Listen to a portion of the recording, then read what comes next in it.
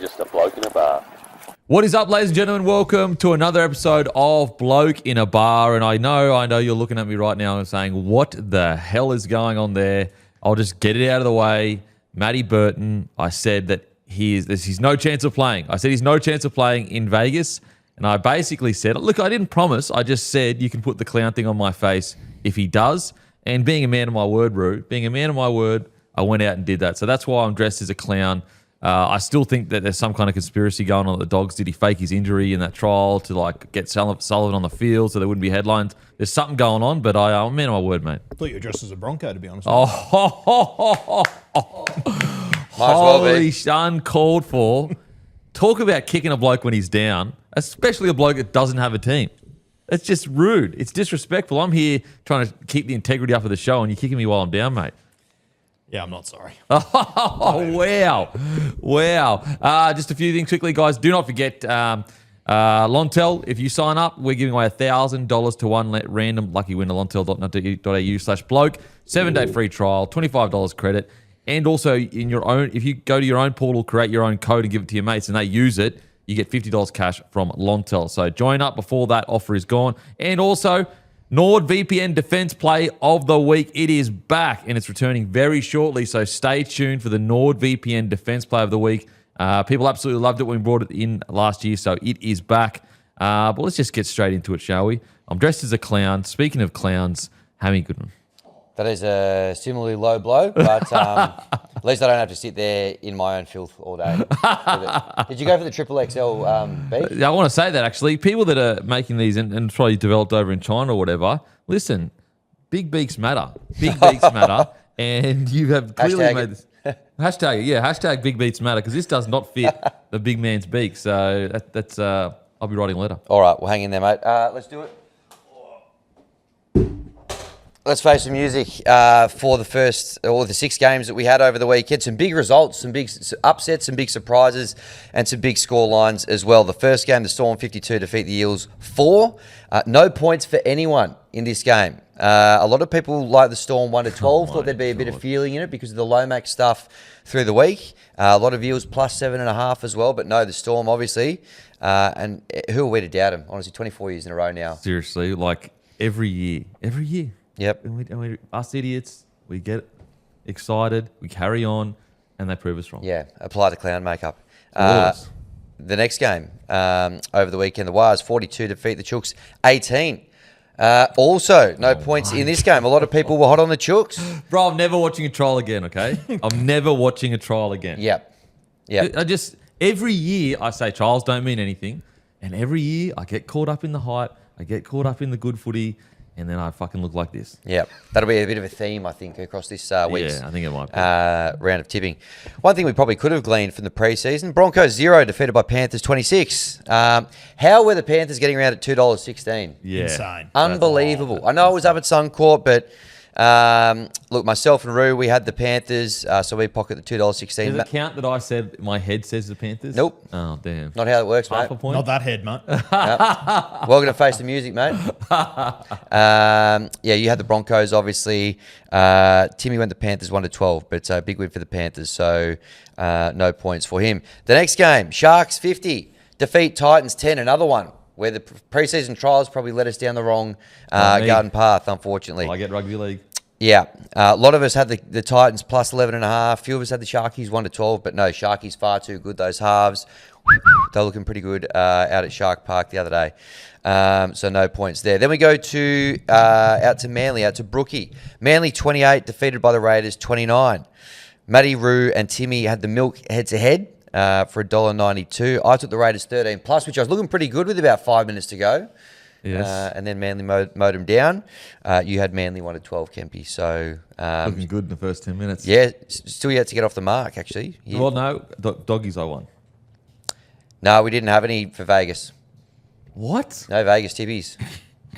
Well, there is evidence of me tipping the Well, if you followed Kempy on the feed, well done. But for the face of music, unfortunately. And then we get to the last game. Dolphins 30 defeated by Souths 40. Denon and Roo, you both had Souths at $2. Matty and Timmy had them plus 1.5. I had the Dolphins 1-12, so no points for me there. So Denon, you did get off the mark in the end. The round one results for that weekend of tipping: Roo $6.08, Maddie $5.76, Timmy $3.84, myself $2.16, and Denon $2. Disgraceful stuff Wow. from all of us. It's pretty poor from all Pretty of us. bad. It's pretty poor from all To of us. be honest. Like, Roo, I'm happy to say it. Obviously, I was really, really bad, but I think it was pretty poor across the board. What am I on? $6? $6.08. I'll take that. Yeah. You'll take $6? That's almost higher than what I got at That's any why you point didn't win last year. Yeah, so. that's why you Yeah, didn't that's a win good last point, year. actually. That's why you didn't win last year because you settle for stuff like that. Whereas here over here, as we win, we're the big dogs. We get the job done. Did you win last year? Yeah. Okay. So one title each. So, Didn't I win the playoffs? Oh, no, I got to week 3 of the playoffs. Yeah. I do my best work at the point here. we still haven't given Rue a team, which is that's why I think there's an asterisk next to the first victory. Because there's Yeah, no are we team. zeroing in on one? There was a bit of a call out a few weeks ago. Mate, I'll for- take anyone but the Broncos at this point. Yeah, fair point. wow. Get on board, mate. Leichhardt, 3 p.m. this Saturday. Okay. Tyson I don't know myself if will I be can there. Tigers. You Come gotta on, have mate. someone. Get on board. You gotta have where your heart is. Rugby Yeah. league's all about the heart. All right, put in the comments who I should have As a this team. year, and whichever one gets the most likes, I'll jump. No, in. don't do that because people say like Penrith or some shit. Whatever the top As comment. if anyone's going to like Penrith the most. No, but they Give do me that to Panthers. piss me off. They want to piss No. me off. Someone will try and stitch him up with the Okay, stitch him rough up, team. guys. Comment section, most likes. That's who he's going with. This time next week, Roo's team I reveal. have a team. How good? Okay, Face the Music. Give us a follow on the feed, guys. A massive thank you to always to Sportsbet. But it's time for Hammy's Hammer. Have you got Hammy's Oh, yeah, I do have Hammy's hammer. Yeah. Let's do it. I ain't going to get a gavel made up Yep. for Hammy's hammer, but And also, not necessarily a clown makeup and a clown wig, but a wig maybe. yeah, a wig from like a judge. I mean, Yeah. some people would say they're clowns, but well. not me personally. But yeah, I'll get all that in the next coming weeks. But Hammy's hammer this week is the new Brisbane Broncos logo. Yeah. Is the Brisbane Broncos logo cursed? And I'm going to present my case Oh, here. my God. Since the Broncos have changed their logo, November 25, 2025, things have not gone so well Oh, for the Brisbane Broncos. Firstly, it's AI slop. I think we can all kind of agree on that. They had a great logo previously. There was no need to change it. 7th of February this year, as we continue through the timeline, Payne Haas signed with the South Sydney Rabbitohs. That's since the logo was changed. 8th of February this year, Adam Reynolds announced his retirement for the Brisbane Broncos. That was already coming. Well, if that's what helps you sleep at night, sure. 20th of February, World Cup Challenge. You lose to Hull KR 30 points to 24. March 6th this year, Kempy's number 1 pick in the Supercoach draft, Ezra Mam, is moved to the bench before kickoff. Which did actually probably cost me a win, to be honest. Yeah, I bet you in Supercoach as well. So That's cop what that. I mean. And that's what's crazy is like, if he had played, he probably would have got an extra, 30, 40 points. I think he only beat me by 30 I know, and it's all because of this new logo. Can you believe it? March 6th, also the same day, round 1, 28 points to 0, loss to the Penrith Panthers. First time the Broncos have been held to 0 since 2021. They're paying $67 to score 0 points as well. Well done if you got on. But this has all happened since the new logo has come in. I'm throwing it over to the panel. Is the new Brisbane Broncos. And I'm dressed like a clown as well. And you dress like a clown. And yeah, exactly. March 9. Can't be dressed like a clown.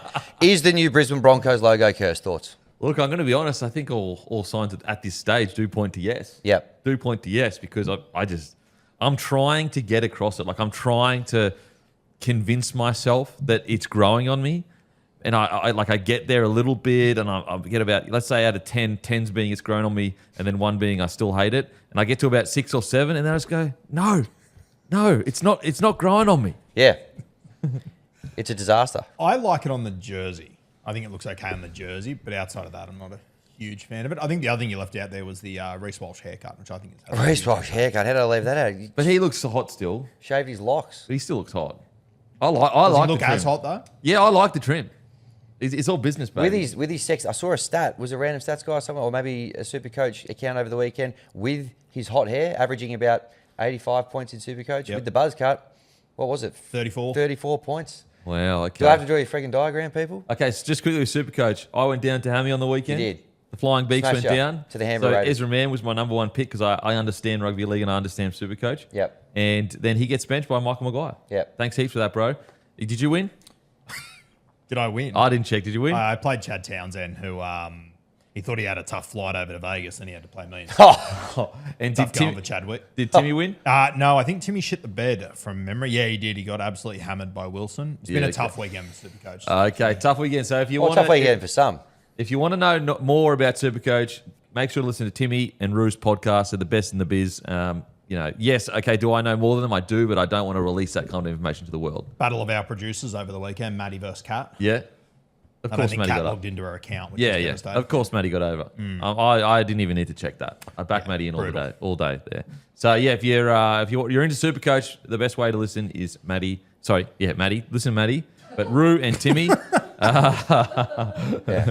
Alrighty, That's Hammy's ham up. Is it time to change the logo back? What are we, one round in?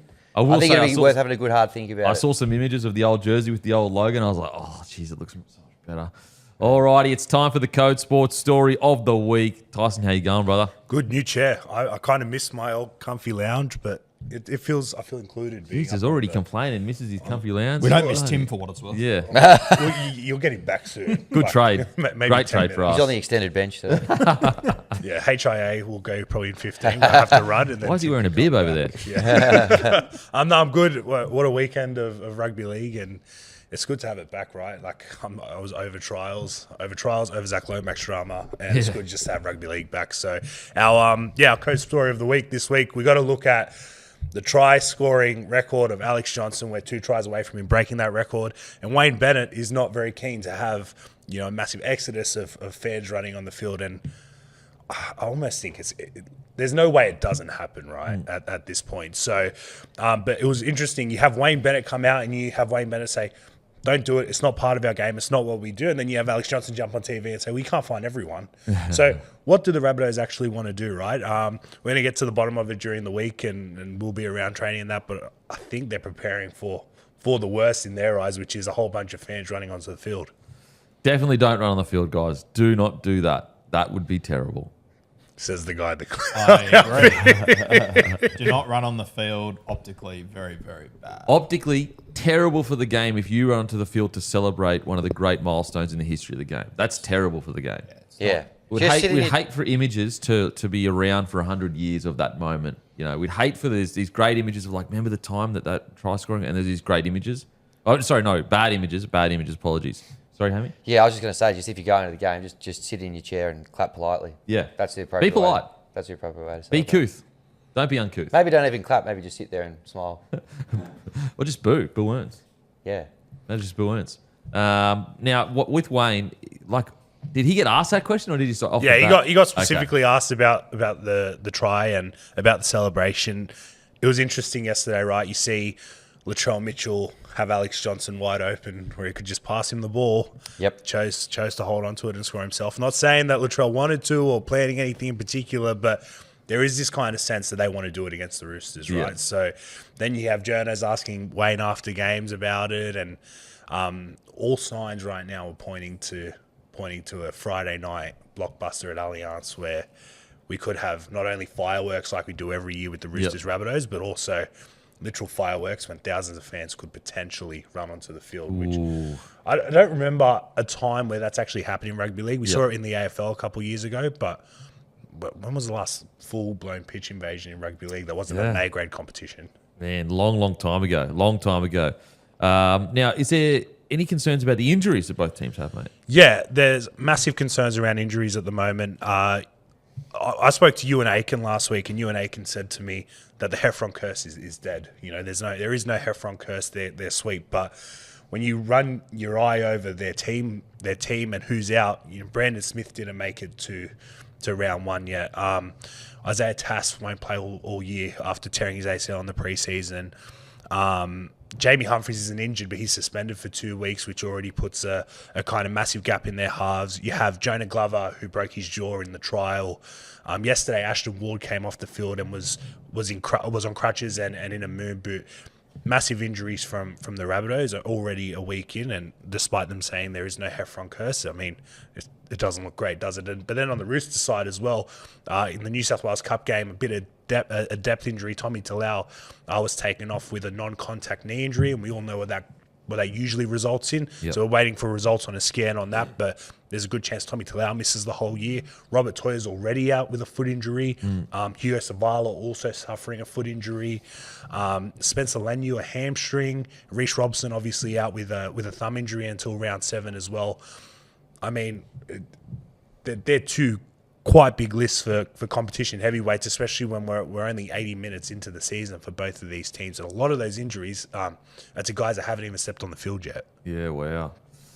Ooh, that's tough. That's tough. I think it's not as bad as last year, but it's just like one of those things that you can't help but feel there's something around the corner for I don't want to say it because it sounds like a curse, but for the Rabbitohs, like every game I'm sitting there nervously watching them going, oh, please don't have a key injury to a key player because they look so good. Yeah, no, they definitely. I think their attack as well. You look at their attack yesterday, and you go, "I could really get around watching this team." Or whether you support the Rabbitohs or not.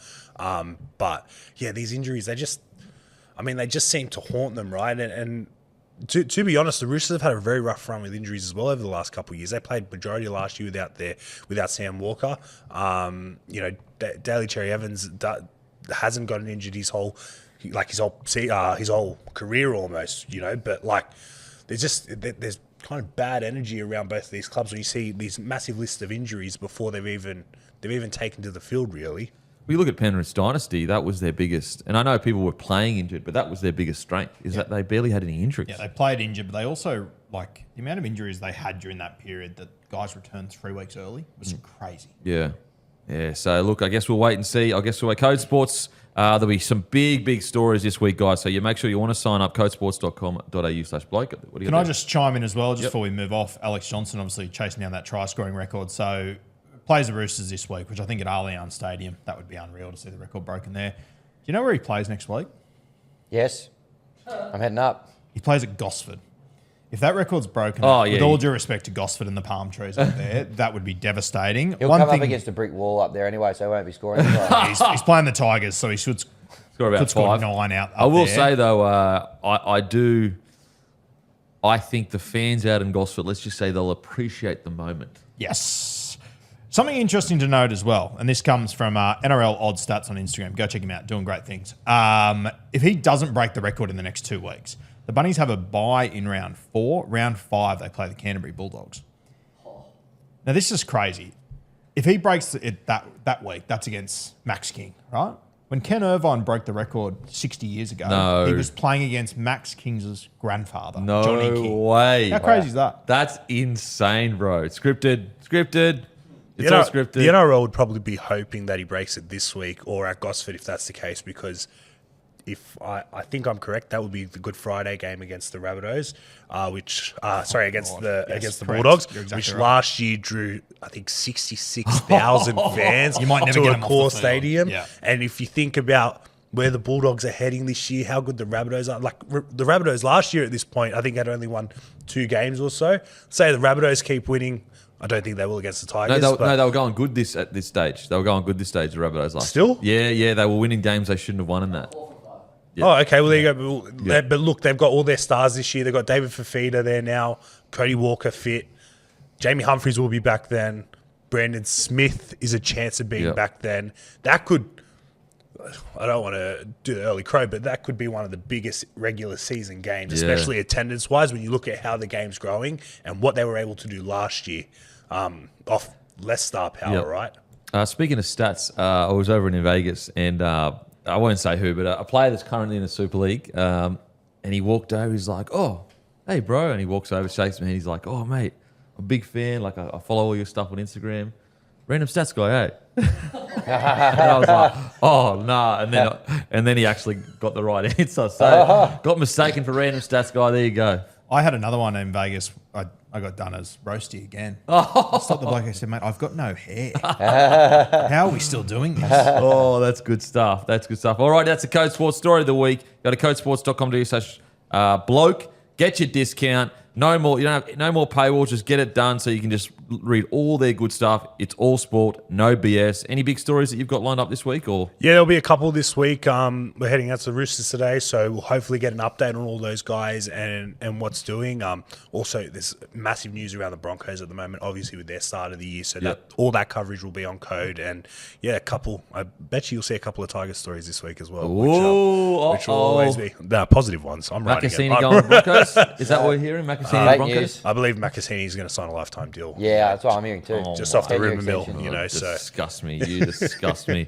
Thanks, mate. Appreciate it. And I'll see you Wednesday. See you Wednesday. Alrighty, it's time for the team of the week. And the team of the week is Ponga at fullback, RTS and Jenkins on the ring. I just moved Jenkins to the wing because I wanted to fit some other good centres in.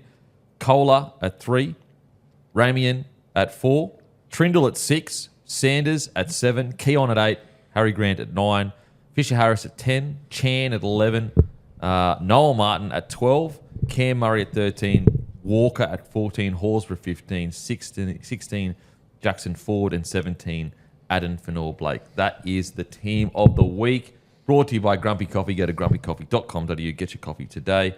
Okay, it's time for the KO can't miss moment, guys, and we'll get more into this in the actual review. So we'll just be quick with it. But it was Ethan Sanders' field goal, and what's crazy? There's so many different parallel storylines in regards to who he's playing. Obviously, Fogarty's there. The fact that the talking point around the Raiders was essentially only one talking point all offseason was, can this young spine handle the pressure?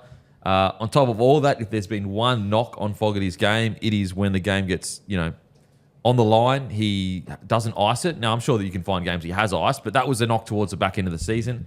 And then for Sanders to step up and nail that, and also in the unique way in which he did it, like up flat, almost.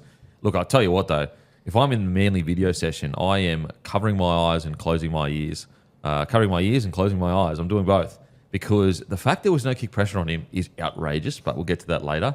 Incredible show of just ice in his veins. And once again, Ricky Stewart, it's only one game, it's a long season or whatever, but it's almost like he's just been keeping under wraps down there where there's been really essentially no chatter about Sanders. Out of all the young halfbacks heading into this season, people wouldn't have even remembered that he was a key player with this key side that won a minor premiership, and he's the one that comes out and delivers. Yeah, he was sensational throughout the game, and obviously the big moment came. He delivered. I think the thing that wasn't spoken about enough in commentary was, it was 35 metres out in the pissing rain. Yeah.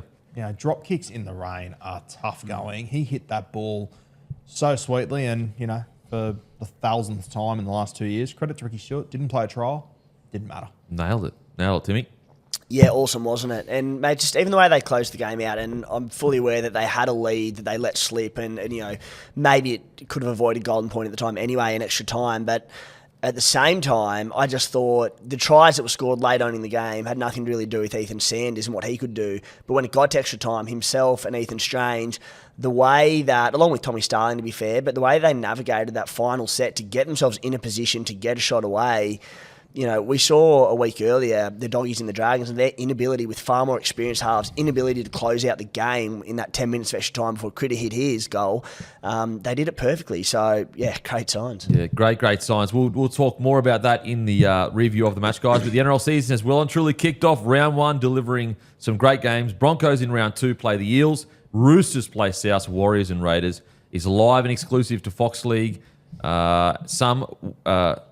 With the Dolphins Tigers. We also have a great Super Saturday. Tigers v Cowboys, Dragons v Storm, and Panthers v the Sharks. All 3 Super Saturday NRL games are live and exclusive to Fox League, included with Kayo. Remember that the only place you can watch every game, every round this season with no breaks during play is Fox League. And also fresh off epic season opener in Melbourne, Formula One heads straight to Shanghai for the Chinese Grand Prix with teams desperate to build momentum. Watch the Chinese Grand Prix this weekend exclusively live on Fox Sports, available on KO. Let's just get straight into it, shall we? Storm defeat the Eels 52-4. And look, I don't think anyone would be surprised if Storm won this game. But I think what people are most surprised at is how terrible the Eels looked. And like last year, when they got towed up, it was like, okay, they're in the depths of a rebuild, so this is just, this can happen. This can happen in rugby league. We've seen it before.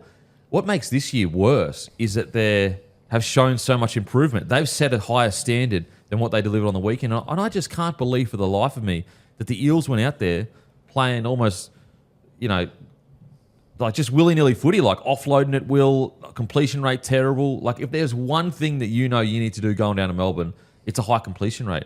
I was shocked beyond belief that that's the mentality that the Eels came into this game. And Storm, I can't remember a last time where I looked at a stat sheet, and obviously you can see it when they're watching playing, but I looked at a stat sheet and I'd seen essentially every forward running over 100 metres. Usually the Storm forward pack, you've got maybe one guy at 120. Like I can't remember the last time where I looked at a forward pack for the Storm and said, wow, they were hyper aggressive, super dominant. Usually words to describe a Storm forward pack is clinical, good in the wrestle, no errors. But it was like they had that, but they also had this like hyper aggression that I just haven't seen for a very long time at the Storm. Yeah, and I think you can credit a lot of those meters run by the Melbourne Storm forwards to their hooker, Harry Grant, and unfortunately, these 6 agains. It was just made for him, realistically. He had an absolute field day out there. There's obviously a lot of players we'll talk about throughout the weekend that I think those rules, similar to 2021, they really suited. But, boys, I find Harry Grant the hardest one to go past, realistically. He was just toying with them around the ruck. Mate, he like I think Cam Smith will be hard to ever pass as a number 9.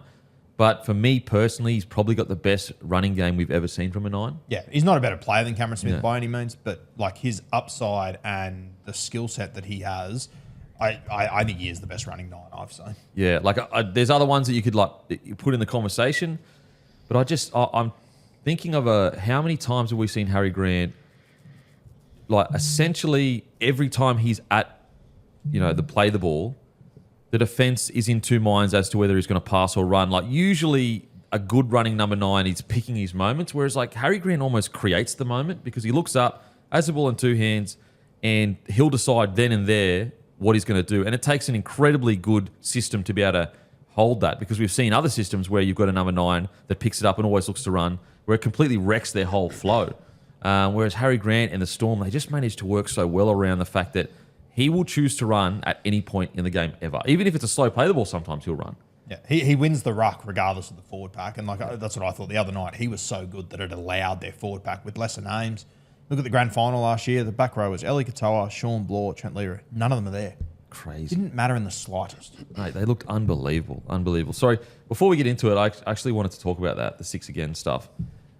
I am getting I don't want to speak specifically about individual errors that refs made or whatever, but I am getting a little bit worried at this style of reffing that seems to have come in where, listen, if there's like one team that came out on a weekend and they were just super ill-disciplined for half a game of footy, you just go, yeah, that like we don't want even penalty counts. We just want whoever's the most disciplined doesn't get penalties against them. Whoever isn't disciplined gets penalty against them. But it's almost like mathematically impossible for this many teams over the weekend to have these like 20 to 30 minute blocks where they are so undisciplined and the opposition is perfect. And I'm just getting concerned at this style of reffing where it's like almost as if, okay, for this 20-minute period, I'm going to teach this team what the expectation needs to be. Meanwhile, the other team's perfect. And I'm not saying this because Broncos got towed up. I actually didn't think the reffing was that bad in that game. So I'm not happy that they lost, but I'm happy that it happened in a week where they didn't get some terrible, like not a lot of terrible calls because then people say, oh, you're just saying that because the Broncos lost. No, the Broncos lost because like they got absolutely dominated. But like, for example, Rabbitohs obviously were the substantially better side than the Dolphins. But heading into the last 3 minutes, the penalty count was like 10-1 or something. And then they went bang, bang, bang, penalty, penalty, penalty, and it obviously changes the penalty count to like, I don't know, 10-5 or whatever.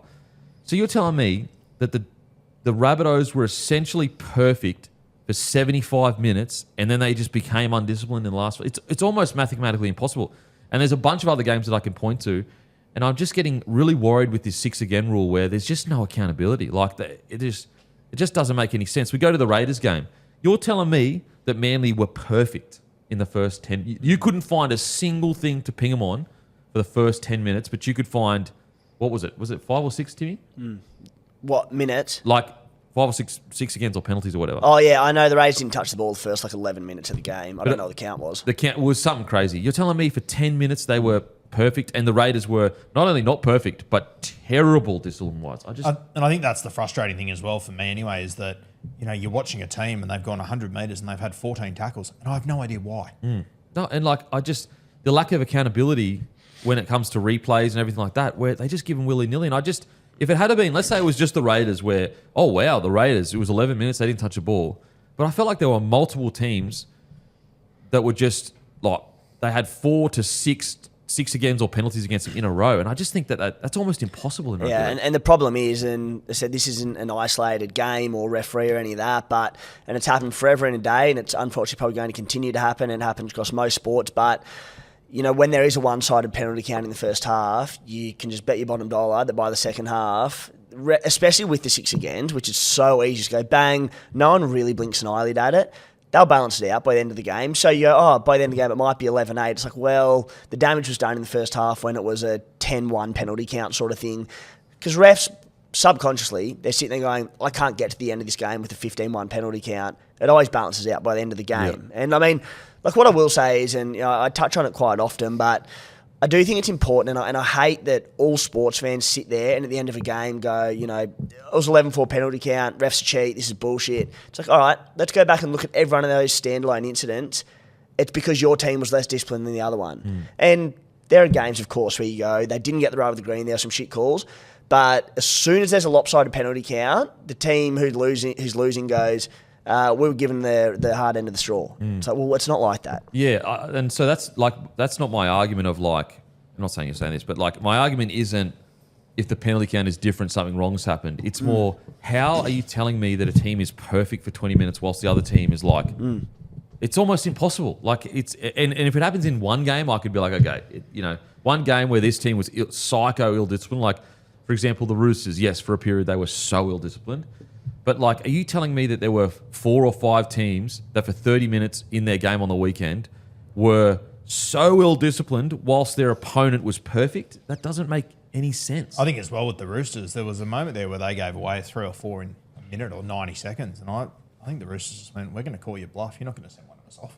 Yes. We're just going to keep on slowing this down until the ruck is actually slowed enough for us to catch our feet. Yes, I don't know. I just think that the 6 again rule and it's just getting a bit too easy for refs just to go bang, bang, bang, bang, and then on the flip side, if the penalty count's terrible at the end of the game, they just go bang, bang, bang and even it up.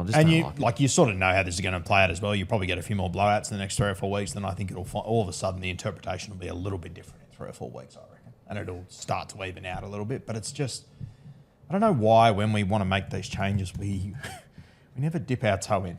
We fucking dive headfirst in and we go a million miles an hour, and then every rule change, everything we do, 5 weeks later, we ease it back a little bit. I just don't get it. I feel like we were at a good balance last year. We're coming out of your own end to your 40. It was a penalty. We could look at it and you could tell the rest were far more like, if I'm giving this away, it's a penalty. And then there are other things where, anyway, I'm just getting a bit worried that refs are just for 20-minute periods just going crazy with the 6 agains and not actually realising, against the Rabbitohs. So the Rabbitohs got 3 6 agains in the first, so like 3 at third minute, the 5th minute, and like the 6th minute or whatever. And then the penalties that happened for the Dolphins happened at the end of the game or whatever. It's like the game's already gone. And again, I'm not saying that that's why the Dolphins lost at all. Like I picked the Rabbitohs to win. They were the substantially better side. But when it's happening in multiple games where there's these like long stretches of a team is perfect and another team is like terrible, if there was 1 or 2 teams where that happens, I go, yeah, of course. Some teams are just super real disciplined and they push the envelope. But if it's happening in like 4 or 5, maybe, it's getting a bit, I don't know, it's a bit weird. What do you reckon, Hammy? Yeah, I definitely noticed it. The most I noticed it was the Raiders game. I think it was 7 in the first 10 minutes or something they said. And there was a couple of penalties thrown in there as well. And I thought, geez, if the Raiders go to lose this, we're going to hear plenty about it in the press conference. I think luckily they won. So Ricky probably still touched on it, but wasn't as... Definitely still touched on it. As firm on it. But it was... they didn't touch the ball for 15 minutes, or 12 minutes, which is so... You never see that, really. Yeah. Just kind of kept them out of the game. It's a little bit annoying that that's the way it's gone. I'm not sure about changing that, adding that little 20 metres now where they kind of give away 6 agains rather than penalties. It feels like we're going to see more of this before we see less of it for sure. A bit of an overcorrection and a little bit tough to watch at times on the weekend. That Raiders game went 39-second, dangerous tackle Tom Starling, 1 minute 37, ruck infringement Joe Tarpanay, 1 minute 42, set restart Seagulls, 2 minutes 23, ruck infringement Noah Martin, 2 minutes 24, a second later, set restart Seagulls, which is obviously them, the Raiders going, okay, we need to try to control this and call the bluff, see if it happens. You then had them score, and then we went offside penalty, Noah Martin, ruck infringement, Corey Horsburgh, that's 7 minutes 43, inside 10 metres, Tamale. We're at 8 minutes and 10 seconds. 8 minutes, 23 seconds, Joe Tarpanay, dangerous tackle again. Just insane. Yeah. And some people go, here are these calls that were correct.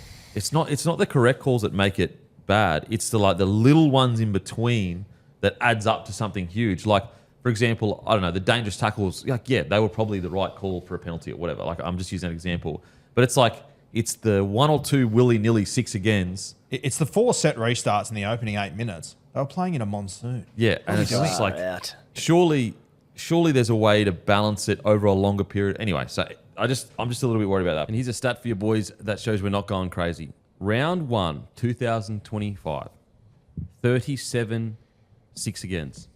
Have a guess how many 6 agains, reasonably guess, how many 6 agains were in 2026 round 1. Sorry, how many were this round?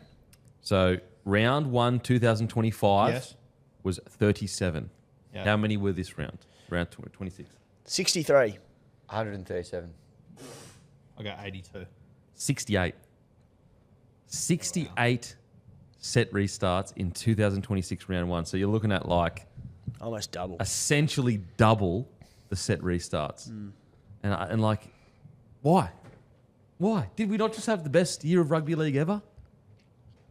And so, like, in sometimes when you have these, I guess, comments on referees, like the underlying pushback is like, oh, you're just being paranoid, and you know, you're upset because your team lost, or you're trying to blame the ref because of this happened. And it's just like, no, like sometimes the pushback is genuine. Sometimes there is a genuine concern, and I only found that stat out after we just had this whole yarn about the 6 agains and the feel of it and the difference this year in regards to round 1. And then I get this stat and I'm like, well, clear, like that just backs up what we're all feeling. But if we didn't have that stat, we'd be told, oh, you're just sooking because you didn't agree with this call or that call or whatever, you know? Yeah. It's like, man, I don't get it. We have the greatest year we've ever had by their own admission, and then we double the 6 agains. Like, no one was calling for more 6 agains last year. No one. And it We leads to found a really good blowouts. balance. Yeah, like Yeah. no one was. And so we go, nah, you know what? Let's go back to 2021 year where we had a bazillion 6 agains every single game. Alrighty, service of the week. Now, listen, hope maybe Lukey can have a chat to the refs because they need to improve their service and get it on Lukey's level. Because service of the week goes to what happened on the weekend when it comes to 6 again. I think that the service by the refs needs to be improved because I think the 6 agains on the weekend were just too much. And that's all brought to you by Aspley at Mazda. And Lukey, LDC_01. Give him a follow. Buy any CX3 or CX5 from Aspley Mazda X rental sale, and you have a chance to be gifted a day in a suite with myself, Alex Glenn, Yayi, and Lukey watching the footy. So make sure to give Lukey a message, LDC_01. So the CX5, the X rental, 2024 CX5 G20 Max is 31,500 drive away, and the 2024 CX3 Pure is 26,500 drive away. And with everyone that purchased one of those 2 cars, they have a chance to be gifted a day at the footy with me, Yayi, Alex Glenn, and Lukey in a suite. The new rule, the catching one. Oh, yeah. Oh, my God, bro. So now you have to go up. Look, I still don't understand it. So if you go up with one hand, if you tap it back, that's okay. But if you miss it, you're not allowed to go up with one hand. I don't get it.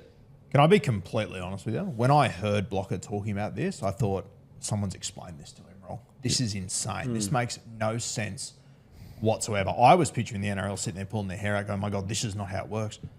Apparently it is. It's crazy. First of all, that's a rule made by someone that's never gone up for a high ball. Do you understand how much more purchase or how much more ball I can go for if I'm jumping with one hand out rather than 2 hands? Like, I mean, you could even see it here. Like, obviously, I'm not flexible at the moment. But, like, so, and what's crazy is I saw so many tapbacks on the weekend with one hand.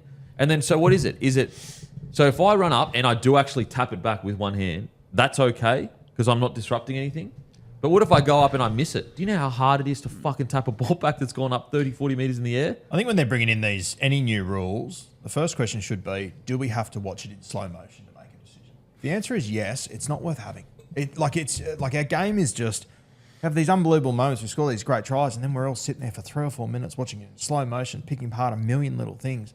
It's just getting further and further away from the game that we actually love. It's crazy. It's bizarre. Well, who was calling for this? Who? Okay, let's say you had fans that were doing an end of season review last year. Do you reckon anyone sat there and go, you know what a priority is the kick chasers and disruptors, which we already, I mean, I hate that rule. I think it's fucking ridiculous. Like the fact that you can't jump up and balk someone. And I saw a comment responding to my comments about that on SEN on Saturday morning going, how is interference okay? We already had rules in place to stop interference. Like if I take a player out and stop them from being able to catch the ball, then that's a penalty. It's always been a penalty. But if I jump early and pretend to go for the ball but don't touch anyone and they can still jump for the ball, that should be fine. But the disruptor rule has been brought in, and guess what? Now more rules have been brought in to fix the initial rule that got brought in that didn't need to get brought in. I don't get it, bro. Back in my glory days playing fullback, mate, for the Mighty Cooma Stallions, I would love to have had the balking rule coming when no one could do that to me. It would have made life heaps easier. It's way like it used to be part of the art of being a fullback is just holding your nerve and understanding that you've just got to fucking lock in and don't worry about what's happening around you. I don't know. Rule changes for literally no reason. Don't get it. Don't get it. Okay, sorry. Back to the Storm versus the Eels, guys. What do you think, Timmy? What blew my mind? I mean, I said like Parramatta were just almost too bad to be true. And look, if they produce similar in round 2 against Brisbane, it'll be alarm bells. But it's 1 week. Hopefully, it's just get rid of it, dust off the cobwebs. The Melbourne Storm, though, mate, they basically put in an 80-minute performance, give or take maybe the first 5-10. They conceded a try with a man in the bin, whatever. It was pretty close to an 80-minute performance in round 1. Like, there are a lot of teams in the competition who won't put an 80-minute performance together across this entire season. I think realistically, coaches are sitting there going, all right, if we can be hitting our straps and putting an 80-minute performance together by, maybe round 20, going into the business end of the season, they'd be like, all right, that's our goal. They did it in round 1. And they looked so smooth, so silky. With, as Guru said, a shitload of players out and roster movement. That's another thing. Is like from the grand final last year, they had about 4 or 5 starters out. Yeah. So it's not like, and we'll get to them shortly, the Sharkies, and they were not far off it either. But again, they had essentially the exact same roster. The Storm had, they said, five or so starters out. And they lost Alec McDonald in the opening 40 seconds. Yeah. It's, What they did the other night was incredible, the Melbourne Storm. They're just... Obviously, I was one of the ones that questioned the system last week, but you look back at it now and just go, what the fuck were you thinking? But like, adding more to it, like, they lost Harry Grant about the 60-minute mark. It sounds like it was just cramping, hopefully. After Grant went off, and Tyron Wishart, more of a noted sort of 5'8", he came on at hooker, and they scored 3 tries after that. Like, it's incredible. Yeah. It's just, once again, they just write the rules, really. Like, in regards to consistency... Doesn't matter who they lose, doesn't matter who comes in, they just stay on top. Yeah, and it's, it was obviously the spine that they were tremendous. But then, the other guys that did incredibly well, probably the next best guys were the Leos, the Lasatis, the Chans, all the guys you had question marks over going into this season. Like, Alec McDonald goes down in the first minute. You get Cooper Clark comes on, absolutely kills it. Looks unbelievable Looks too, by so the way. good. I was so happy to see him just play as a middle. They've fucked around with him on the edge in the trials. He's a middle, and they're going to build a pack around him and Stefano heading into the future, and we're going to be facing the same problems with the Melbourne Storm. Another wonderful product of the mighty St Gregory's College, Drew. Yes, he is. Cooper Clark. Yeah, I think he's playing 97. They said in Is he? commentary the other day, so getting close to the 100. The home of schoolboy rugby league. Could have been 98 if they kept a closer eye on you. Yeah, well, they let one slip, didn't they? And they'll forever rue it. Guru it. In regards to Chand and Lasati, what's so impressive about like their performance is like heading into this year, I think a lot of like you could honestly say, are they even full-time first graders? When I say full-time, I don't mean full-time as in like they're trained and everything like that. What I mean is like, are they week in, week out first graders? Like there could have been at least 5 or 6 players in that Storm side where you would have questions as to whether they will be even in the side in a year's time or whatever it is. And yet they just go and absolutely dominate a side that a lot of people had in their 8 this year. Yep, stepping into the shoes of what I believe to be the world's best back rower. Crazy. Just insane. Like, I don't know how he does it, man. I don't know how, like, the consistency of this club. Like, what is it, 24 years now that they haven't... 23 for Bellamy, 24 for Melbourne, yeah. Like, think about how many things can go wrong before a footy match. Yep. I mean, look at the Eels. Like... Yep. They were supposed to be like, okay, the biggest improvers, everything like that. They came out this round and were terrible. Without putting a shoe into them, because we'll talk about him later, but like Craig Bellamy obviously has a 100% win record in round 1. Like Trent Robinson, when you look at the squads he's had over the years, he's at 25%. Wow. It's insane. Well, look at the Broncos, how bad they were. Yep. Like, you'd never see a Storm side roll out and do that. Just amazing stuff. Second year in a row, 50 points over the Eels in round 1 as well. Imagine. Can we see them playing each other in Vegas next year? Kick us off as well. Storm versus the Eels. That'd be juicy, wouldn't it? 50 Imagine points. going for 24 years in a row of winning round 1 and tipping against them. Yeah, we're idiots. Have you done Face the Music yet or not? Yeah, we don't Yeah. face music. How'd you go, Roo? Did you tip? Who'd you No, I tip? took him with the 48 start. He actually won face of music. Did you? Yeah. Shit. Yeah, so let's talk about the Storm, and then we'll get to. I did find it interesting with, there was whispers around Munster and maybe Perth, and is he past it? And like give or take, he's probably got a year or two left. But I mean, if you didn't know his age and you didn't know the history of everything going on or whatever, doesn't look past it to me. Looks unbelievable. Yeah, how old's Cam Munster? 30. He's 31. Mate, he could still have He's 5 years. he's 32 in September. Yeah. Like, If he stays fit, absolutely you go for another 5 years. Fitness is obviously the question, but looks good to me. But that's the thing. Like the whispers were, a year or so ago that he's done. Well, they're not last year, but the year prior. He had these, obviously, injury concerns. He was coming in, and the reports going into last year that it was underdone and battling with these ongoing injuries. Well, not even that. There were reports that he felt he was getting moved on to Perth. And yet he came out and put on an absolute clinic. What about... I felt sorry for Pezzett because if there's one team that's going to absolutely pick you apart in the video room, it's the Storm. They know him inside out. Yeah. Inside out. And he made some good tackles early in the game, Pezzett, but they just absolutely targeted him, the poor fella. Yeah. It was nightmare fuel stuff. 100% it was. Jeez, I felt sorry. Well, I get it's part of rugby league, but when Joe Chan went at him, like, where are the Parramatta boys? Yeah, that was weird. What the fuck up? What's doing? I didn't. Yeah, it's. I just can't believe how flat they were. You know what I mean? Like, and that's another sign of flatness. Like, if you're up and about, surely you're charging in there. Going, get off me, mate. Yep. Very strange. Yeah, I thought. Yeah, sorry. Are we done with Melbourne, or are we? A little more bit to talk about. A little bit longer on Melbourne. I thought Howarth was outstanding, and I thought Leo. Changed edges. Leo is so strong. How's he so strong?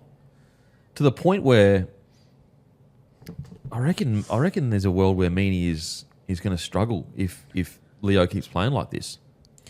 I think he definitely will struggle. Because it's like you've got far longer at the back, who I actually thought played a really mature, classy style. Like he still had all his flair in that, but I just felt he picked his moments perfectly. Isn't he going to be a fascinating watch this year? Yeah. Because in attack, he will be among the most lethal, like X factor fullbacks in the competition. But ball playing, a few things still have to come. But mate, his defence early on in the game, before he really sort of lit up, there are a few defensive moments. I'm like, speaking of Meany, I'm like, Bellamy won't hesitate to drop him from this team if he misses a few tackles like that per game. By the end of the game, he'd missed 4 or 5 that were like nowhere near Melbourne standard, but he was so good with ball in hand. You're like, how's he going to play this one? Yeah, it's a tough one because I don't know forever, but he's been at the Storm for quite a while now, and defence just seems to be his issue. But attack is such an upside. Do they? Well, I think Drinky's a good comparison, right? Like, Fa'alongo's defence is not as good as Drinky's. Drinky's not a good defender at fullback. We know that. Like, when I say that comparatively to the best fullbacks in the competition, Drinky's attack at this stage, especially with his ball playing, he still offers more than Fa'alongo. Again, different stages of their career, I get that. But, yeah, the defence needs to come on a long way. I know it's only 1 week, but we've also seen this for a couple of years now, and he's had a full pre-season. He looks like he's bulked up a little bit. It has to be better. It's going to be a big watch over the next few weeks. Like, they take on the Dragons this week, which, they're short price favourites for. I think that game will be very tight. And then over the next few weeks, they've got teams like the Broncos, the Panthers, the Warriors, the Raiders coming up. Holy hell. That is brutal. Going to be a big few weeks for Sewer. He's passed the first test with flying colours, but I also, from watching him over the last few years, I do want to see when they're in those tight affairs and they're not running downhill, how Sewer goes. Put it this way, he could average 2 tries a game and 2 try assists a game by round 4 if he's consistently missing last man tackles and not impacting there. Craig Bellamy won't hesitate to put Nick Meany back there. I guarantee it. Yeah. Not saying it's going to get to that, but yeah. It's a watch. There's 2 parts to the game. Yeah, absolutely. Look, I think Reece Walsh is the perfect example. Is that, like, obviously his attack won the grand final, But it was his defence that won the grand final also, Yeah, especially in the bloody dying moments, and something that he had to improve. So, but yeah, what I liked about Fa'alongo's performance is like in attack, sometimes he has a tendency to overplay his hand a little bit and go a bit too crazy, and it kind of throws the momentum of the side out. I just thought he was quite measured, quite matured in his attack, and picked his moments perfectly. Yeah. I do think to that point, Kempy, that he needs to be really careful with it. And this is a guy who, being such an explosive athlete, he's had his soft tissue injuries already early on in his career, like lots of them with hamstrings and stuff. He had a lot of involvement. Like he got a lot of touches. I know he didn't have necessarily a touch of runs of going into contact and all that, but there was a lot of getting involved, a lot of touches, a lot of giving early ball. Again, it's one where, mate, when the time is right for you in and around the ruck, when that offload comes, or when we've got a bit of a counter attack, that's when we need you fit and ready to go. Don't overplay your hand. Yeah. Not saying he did, but just needs to be very wary of Well, it. he's so good with the ball in hand that, like, it's similar to Reece Walsh. It's even similar to Scott Drinkwater. That they're so good with ball in hand, sometimes they overplay their hand. Yeah, and he's another case of, we say this about a lot of clubs in the competition, and I know he's not probably known for it, or neither of them are, but you Will Warbrick, Nick Meaney, Xavier Coates when he returns, even the centres need to get involved.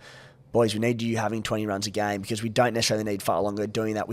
You don't want Su'A doing dirty work. No way. He's a Ferrari. Yeah. He's a Ferrari. So, yeah, I thought he was outstanding in attack. I just thought so classy, so mature. And just quickly before we move on, mate, again, Stefano ran for the most metres he's ever run for in the NRL. And aside from, I think he had maybe one silly offload or whatever, mate, he is just a beast. He is. I cannot believe how much of an alpha-style front rower he's turned into. I just didn't know if he had that in him. Yeah, I didn't think he had it in him. And I mean, in hindsight now, you go, of course, he goes to Melbourne. He's a world beater, blah, blah, blah. But, like, I just think the amount, like, you see guys goes from good players to great players there. He's just been exceptional. Ever since Origin last year, he's blown it away. Isn't it just like all these like cliched rugby league boxes that are getting ticked? And Stefano's another one where all these players who go, sky's the limit for them, they never quite hit their heights. They go down to Melbourne, but they never hit their straps straight away. Eli Katoa being one of them. Like that happens all the time. But by season 2, Bellamy has them doing what he wants them to, and then they're just the polished product. And the other cliche is just coming out of Origin camp. Like those two things. Yeah. Stefano's at year 2 for him there. Coming out of Origin, he's a new man. All right, on to the Eels. Hammy. Where did they go wrong? Well, their first 5 minutes was pretty good. It was a bit of an arm wrestle, and they scored first and whatever, but I don't know. They just got hammered by the Storm, who, didn't make mistakes, didn't drop the ball, didn't hang on to it. They probably pushed a few passes and stuff like that as well. There was a few teams I thought did that on the weekend, little flicks out the back and stuff like that, just trying to get a little bit too fancy with stuff. But, to be honest, they just got bashed by a team that were up and about, didn't make errors, and they missed a lot of tackles as well through the middle. I thought, bit of a tough night at the office for Riley Smith, probably got caught napping a couple of times there by Grant, and then just missed a lot of tackles as well. But yeah, they just got done by a smarter, more clinical, less mistakes kind of in a team. I think that's just probably just show the gap of where the two teams kind of are. I think it's a really fair point, though. Hopgood got sent off in the first minute or whatever. They held their own for that 8 minutes or so. Yeah. I actually They thought, scored. okay, Parramatta's shown up here. They're ready to go. Yeah. And 2 6-agains went the way of Harry Grant. Parramatta just folded like a deck chair. With 12 men, they defended their line with 12 men really well. Yep. Then they went upfield in their first attacking set. They put in this beautiful slick backline movement, scored in the corner, and you're like, oh, we're on here. Yeah. We weren't. Oh, definitely weren't. Man, that try that Harry Grant scored where he ran through the middle of them, I don't think I've ever seen that. Mate, some of the marker and like a defender work this weekend, namely Parramatta, the Dolphins as well, was like, what have you been doing all preseason? Like, Iongi gun. Like, I mean, we don't even say that. But for him to shoot up out like that, it comes from a good place. He's trying to help his team by getting off the line. But wasn't it? It was like third or fourth tackle. It's like, mate, your job is just to lock the A in, wait till the ball passes you, and then get him behind the line. Like, How's Harry just sees him shoot up and just goes, Thank you. What a gift. And then you've got Katonga retreating with his back to the ball, and you've got Jack DeBella not communicating to Katonga and filling. He probably should have said to Katonga, come down this side, I'll fill into the A's. Like, and then also DeBella gave away one of the 6-agains. He was involved in 2 of the 6-agains in that set. Like, just stuff that. What's weird about the Eels' loss and the way they played is like it was mistakes from some of their players their best players that know not to do that kind of stuff. Like Do you think Ongi doesn't know not to do that? So, were they too hyped up? Were they played just dumb footy? I just don't get it. I just don't understand how you've got 4 months to prepare for that game and you don't go down there with a mindset of... Look, I personally think when you look at those two teams on paper, if I'm Parramatta, I'm going, we're red hot here. Yep. On paper, we outside of the spine, we might actually have a better pack, all that sort of stuff. Just hold the football. Yeah. Yeah. Well, like, for example, okay, through the spine. Okay, yep, okay, 9 and 6, they've definitely got the upper hand, the Melbourne Storm. But Iongi and Fa'alonga, I'd put them on the same tier. And then I've got Mitchell Moses versus Hughes. I'd put them on the same tier. So it's like, it's not... And then you look at the forward pack and everything like that. Like, they're relatively, as you just said, Rue, like, they're pretty par for on paper. Not fully, but they're not so far away that you're going down there thinking we'll just offload our way, globetrot our way to a victory. They played them at the back end of last season. Once Mitch Moses was back, Melbourne won that one 16 points to 10, but Parramatta were into that up to their eyeballs. 100. They nearly won. They competed. Yep. And they just beaten the Broncos, I'm pretty sure. They completed 63%. And like as you said, boys, looking at the forward packs on paper, if you're Riles, and you probably did say this, you're like, man, our forward pack's better. We can go out there and we can outmuscle them. We can win the middle. We can win this playing some high percentage footy. But just the forced offloads in like heavy contact, pushing passes, you said, Hammy, it's like, what are you doing, boys? What I don't get about it as well is like, that's the style of footy you have to build into towards round 20. Like, there's enough experienced heads in that team to go, okay, round 1 footy, it's conservative, it's simple. And like, yes, okay, can a team like the Melbourne Storm click off round 1 or whatever? Yeah, they're the exception. They're not the rule.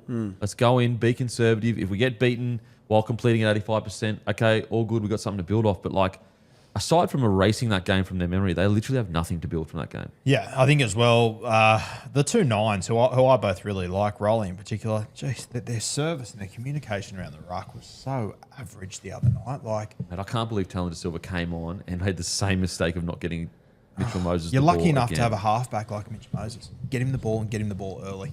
Like, Simple. Unless it's Mitchell Moses not communicating correctly, which I don't know. Communication, I don't think is going to be his issue trying to get the ball. But who was it? He swung around and he was going to go He to swung to the left. Talon went right. yeah, Is that what yeah, you're and talking Talon about? went Yeah, I right, think and it was like Talon. I was just like,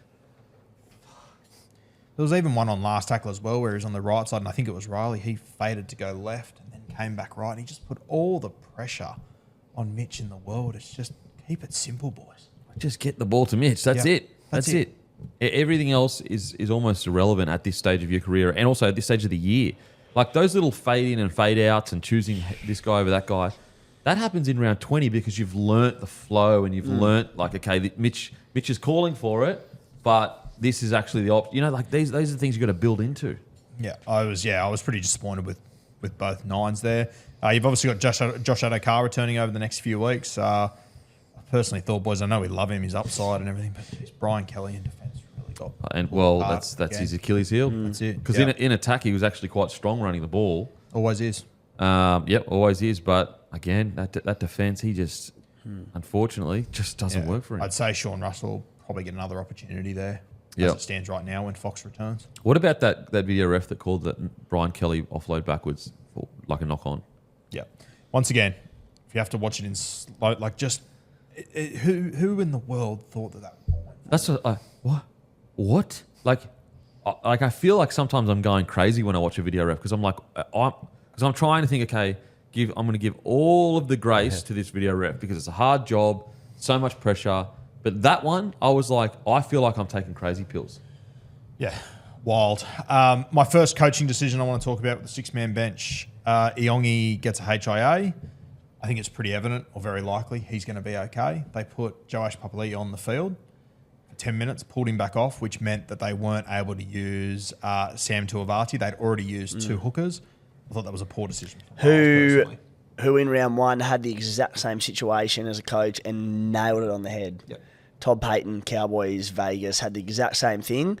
Can't remember who it was. Drinky went off with the rib cartilage. Like, he's probably going to come back on. Shifted McIntyre to the back. Drinky came back on. It's like, cool, we haven't lost a forward. What the Eels would have given to have Tuivasa in that middle rotation there. Yeah, I thought it was a really poor Missed it. decision in Yeah. that moment. I don't know what you're thinking there. Like, you've got all these outside backs you can just chuck there to do a job. But you put a specialist back there who's a rookie himself. You got Dylan Walker in your team. Yeah. Use him. Yeah, like every centre and outside back can play fullback for 20 minutes, pretty much in the NRL. Like, you're not, you're not going to get your ball playing, blah, blah, blah. Probably not your communication, whatever. But to lose a forward rotation, it's You're just playing in Melbourne. It's survive for that 10 minutes, then get back to your game plan. Yeah, that was strange. Like to replace, and also as well as like, yeah, I understand Josh Papali'i is he's an out and out fullback, but he's also a rookie as well. Like, so you're bringing on another rookie. I don't get that. Look, Eels, I'd just be erasing that shit.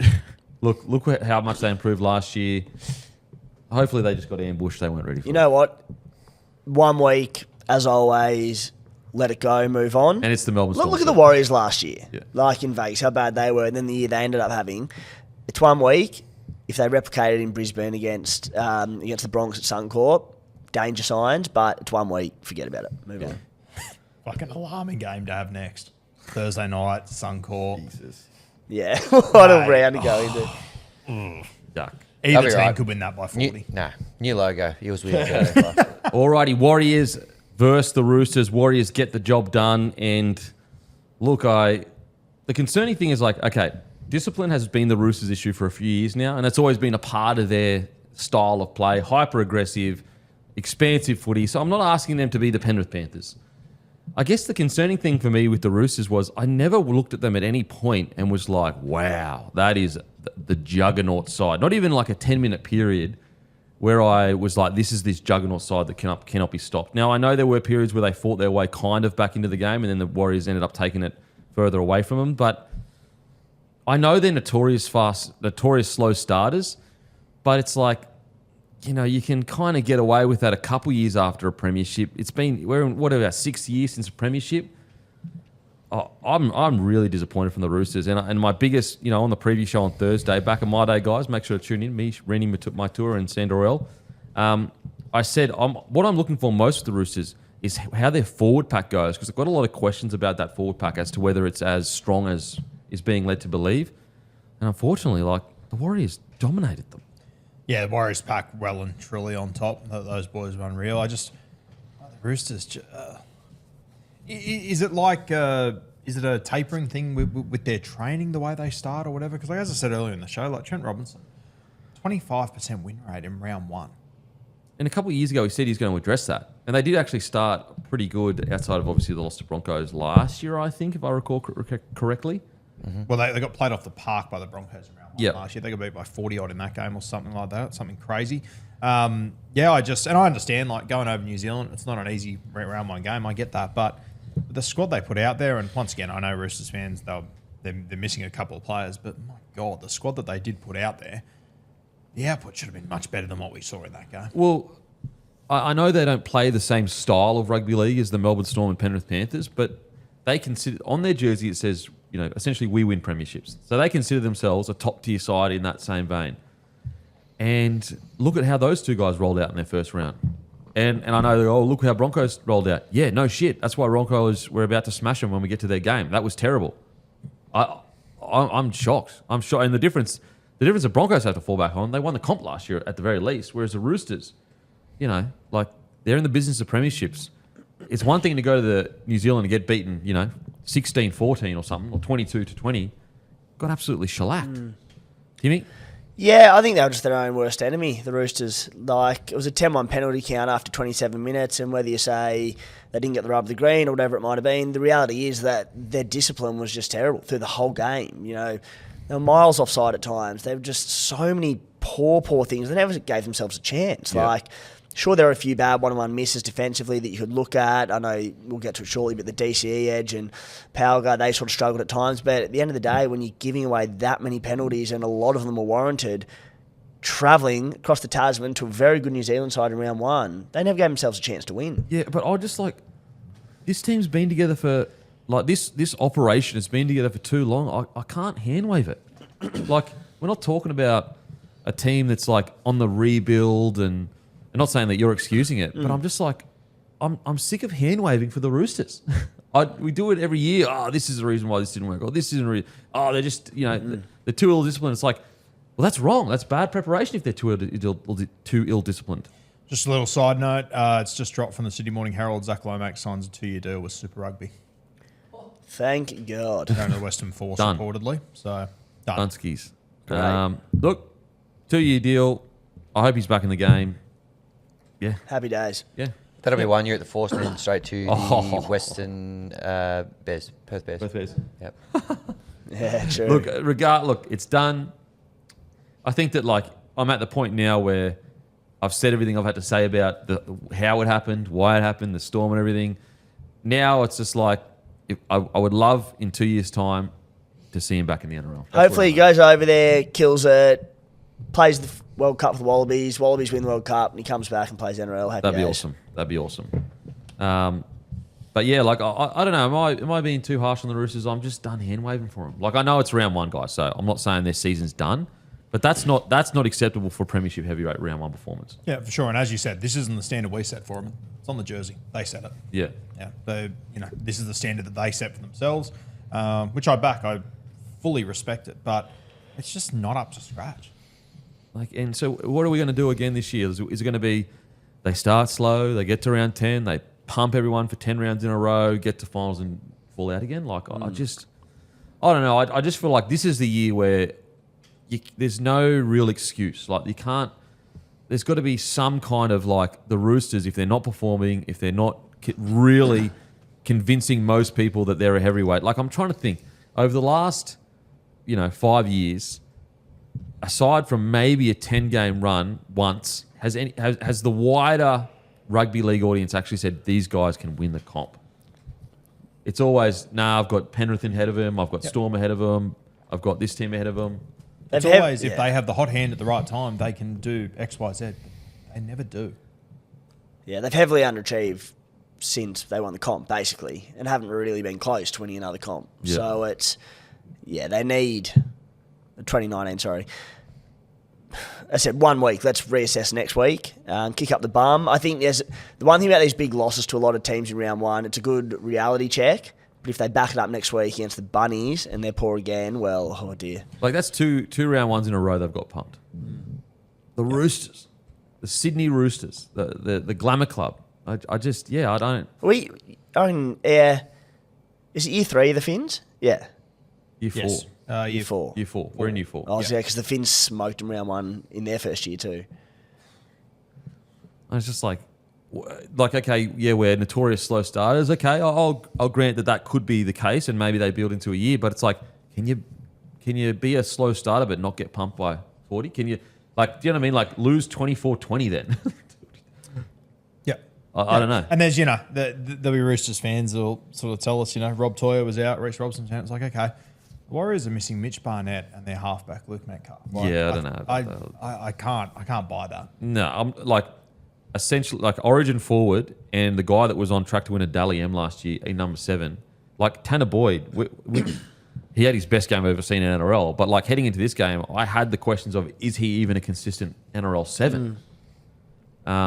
He went up against Trent. I always forget how Ilu, the number 9. Sorry, not Trent. Sorry, Benaya. Sorry, Benaya. Benaya. How do you say last name? Uelu, I believe it is. I always get it wrong. Uelu, who proved last year, good, solid number 9. DCE, Teddy, and Sam Walker went up against Chance, Tanner Boyd, Tamati Chanel Harris-Tavita. Harris-Tavita, apologies, I always get that wrong, and Wade Egan. Yeah. I think as well, I thought there was a few calls throughout the game that sort of went against the Roosters, but I also just thought they didn't do themselves any favours. No. They didn't put themselves in a position to win that game of football, as far as I'm concerned. No, and like, yeah, I'm with you. Like, did some calls go against them, but some of their brain explosions were just like, what the hell? Like, what is going on here? Yeah. And I understand I respect the spirit where Trent Robinson almost treats them like warriors. Like, and I understand that's Roosters footy. I get it. But I do think at some point when you're going year after year where discipline seems to be a concern for you, there's got to be a little bit of a tweak, surely. Just a little bit. I think it'll be really interesting this week. I thought that they're right edge defensively, and I fully understand Rob Toyer was out. He's one of the better defensive centres in the game. It was DCE's first game there, but DCE has had defensive issues for the last 10 plus years. They get the matchup this week against Cody Walker, Terrell Mitt, Dave Fafita, AJ looking to break a record. Big test for that edge. I'd be If Toya's at 80% plus, get him straight in there, I think. Jeez, that is rough. That is rough for that It's a Roosters huge edge. test. Yep. Let's talk about it. Like, I haven't seen much noise around DC, and I'm not saying that he's the reason they lost, but he's a big signing. He's a big signing, and I do think that I do think there has to be questions around his performance on the weekend as a big signing. I think that if there was another big, and I understand his role is to play second fiddle, and I get all that, but he's still a big signing, and I think that it feels a little bit like we're super hard on other young sevens that go to new clubs, or young halves, sorry. And I don't know, I haven't seen much noise. Maybe I'm looking in the wrong places. Well, it's early, mate. It's one game. But I think in 2 months' time, if the Roosters are underperforming and Ches is underperforming, they've got Hugo Savala, they're ready to come in. And Trent Robos isn't going to sit there and wait. Like, he'll bring him in. But, I think attack he'll be fine, but it's defence. And I think the big thing is he's also not come in from a good season with Manly, and he finished the year strong because he's been poor he was all of last year, just about. That's where the issue is. So, well, if Dylan Brown played like that, do you reckon there'd be a kind of like, not much talk about how he played? Yeah, no, he'd be roasted. And so I don't know. I just feel like sometimes there's this, especially with the Roosters, like they just seem to like not evade. They evade criticism a little bit for some bizarre reason. I don't know what it is. I think, to be fair, I think DCE's done it throughout his career as well. Avoided a club-wise, yeah, Club-wise, yeah, 100% for sure. he has. I personally think he's almost an Origin legend, what he did leading Queensland out of the big three. But from a club point of view, like the last 10 years, he hasn't really done all that much in clubland, realistically. As a They've made team. finals a couple of times, then they go tumbling out almost immediately. And yeah, defensively, there's always been issues there. So I think he does escape a bit of criticism. I'm obviously happy to give him a few weeks because he's at a new club. I think it's also fair to say that, Sam Walker's hard to play with, I think. I think that's the reality of it. Yeah. He is a one-of-one halfback. He's not easy to gel with. We're going through all these guys that have been at the Roosters, and to be fair, Hugo Savala seemed to be the best fit for him. But it isn't easy to play with Sam Walker. And you add in there, Teddy'd be hard as well because they are such high volume players. Like Teddy gets so many touches. Sammy Walker has so many touches and chops around and steps around both sides of the field. Like, I think he's going to... That's why it impressed me that they were pretty good in the trial and they looked like pretty fluent. But the second that they got behind on the scoreboard, the penalty count started to build. The Warriors' defence sort of frustrated the Roosters' attack. You saw Teddy get more and more touches and try and jump into first receiver more and more. It's like, no, guys, stick to the game plan. But you're 100% right, Roo. Like, the attack is not going to come straight away. I think from a DCE perspective, I don't expect him to hum in attack early. His defence needs to be better. Yeah. How many touches do you reckon DCE had of the football compared to Walker? I know how many touches he had, I'm pretty sure, if I recall, but I don't know what's the difference. Yeah, well, Sam Walker was 58, DCE was 50, which is probably a little bit closer than I expected it to be. That's concerning in the sense, like, that's essentially splitting the... And again, so like, this is my point, because I knew how much he had, but I didn't know it was that close to Sam. It's like, there's not going to be much criticism because a lot of people are going to go, well, it's Sam's team. But then it's like, well, if you touch the ball about the same amount as him, then you're equally as responsible for the result to a degree. So I don't know. I felt for a superstar signing, as big as it was, I think that it was a poor game from DCE. Definitely. Yeah. Yeah. I think when you compare that to, and I haven't even checked this yet, I'm going to do it live, but like you compare that to the Raiders, who I felt like, to me anyway, definitely felt like Ethan Sanders' team. Is that fair? Yeah, for sure. Yeah. 49 touches for him, Ethan Strange, 33. Yeah, wow. Which is probably where I expected the Roosters to be at. Yeah. More of a gap there. Yeah. Yeah, so with the Roosters, I guess, like I thought Crichton was quite poor. The amount of errors that he had, silly offloads. There was a bit of that just through the whole team. There were so many like flick passes and just like low percentage passes for some reason. I think Mark had a couple. Uello threw a couple as well. As good as they were against Parramatta in that trial, they did that as well. Angus threw a lot of loose passes in that game as well. But once again, I think if you're going to New Zealand to take them on, very similar to Parramatta, I think your mindset has to be complete. Yeah. Yeah. Yep. Billy Smith was the shining light. Yes. He was outstanding. He gave Ali Leitawa a bath on a number of occasions. Mate, that line break that he made early in the game, Yeah. I was just like that's unfortunately. I know he's technically a rookie, Ali Leitawa, like he's 23, but like that's unacceptable defense. If Rocco Berry was fit, Ali wouldn't play next week. Yeah, I wouldn't be surprised if you see Chance into the Yeah. centre spot pretty soon and Tane at Like, fullback. you know, he's so with ball in hand, he's so big, he's so powerful. He looks like a front row. Literally in my notes, I've got he looks like a front row when he runs the ball. Looks like a back rower to He- me the more I watched him. He shirt grabbed Billy Smith on a couple of occasions, and Billy just like fended him off and went, okay, that was easy. Like, not to discredit Billy, but the defensive effort was just... With that much space, if you're a top tier NRL centre, there's no way someone should be getting through. Now, maybe a quick play the ball, maybe you chop his legs, but just really, really poor. But yeah, he's one of those, such an interesting guy because like he has these games where you go, you know, could he move into a top tier centre kind of thing? Like, could he eventually get to that point? I'm not saying he's there yet. And then, or whether it's injury or he goes a bit quiet for a period, but he's got these games in him. He's got these games in him. Blows my mind. Like, every centre in the NRL just about is, you know, if you miss the tackle one-on-one, they're through. These days, there's the fullback or the wingers backing up. It's try time. Like, don't worry about the quick play of the ball or needing to dominate it. When you're one-on-one and there's a bit of speed around and they go defend you, slap the freaking arm down and just tackle their legs. Yeah. All is well. It's honestly not hard to do. I know I haven't tried to tackle an NRL centre. I get it, Yeah. but it's not. Slap the arm down, dive. Or at the very, like, if you go low on them, at the very least, you're going to trip them up. Yeah. You know what I mean? You might fall off the tackle. Yeah. But you're right. Like, I'm surprised at the amount of centres that don't just go for the simple play. And I understand it's happening so quick, you're not thinking. But you've defended that so many And mate, times. Billy Smith, not noted for having a monster right arm fend. Yeah. And It's not like GI who was so good at dumbing it. It'd be different if it was GI. But when Billy Smith, he sort of just kept fending, and Ali just kept trying to grab him high. It's like, mate, slap it and tackle him. Yep. Anyway. But outside of that, there was some, I'm trying to remember what it was, but Collins towards the end, silly penalty or something he gave away. I'm trying to think. Yeah, look, the problem for the Roosters is this, is like, they can play terribly for 8 games and then just go bang and click into gear. But I just don't know if that's the answer to winning a premiership. And like, you know, funny I say that because you look at the Brisbane Broncos last year, but like that's the exception. It's not the rule. They're the unicorn. Yeah. Yeah, like don't use the Brisbane Broncos as this like litmus test.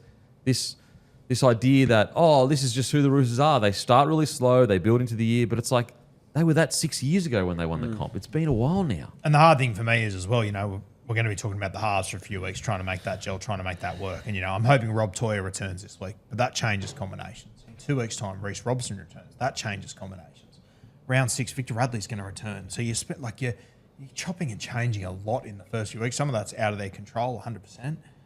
But it just makes life even harder. Yeah, because the combinations has been their Achilles And when heel Hugo's outside of the available, what are we doing? Yeah. Are we not picking Hugo? Is he not going to play a role in this side? Like, I don't know about you boys, but geez, I was surprised to see Connor Watson only play 30 minutes. Oh my That's gonna be goodness. I'm literally looking at it right now. That's Yeah. my What's next going question.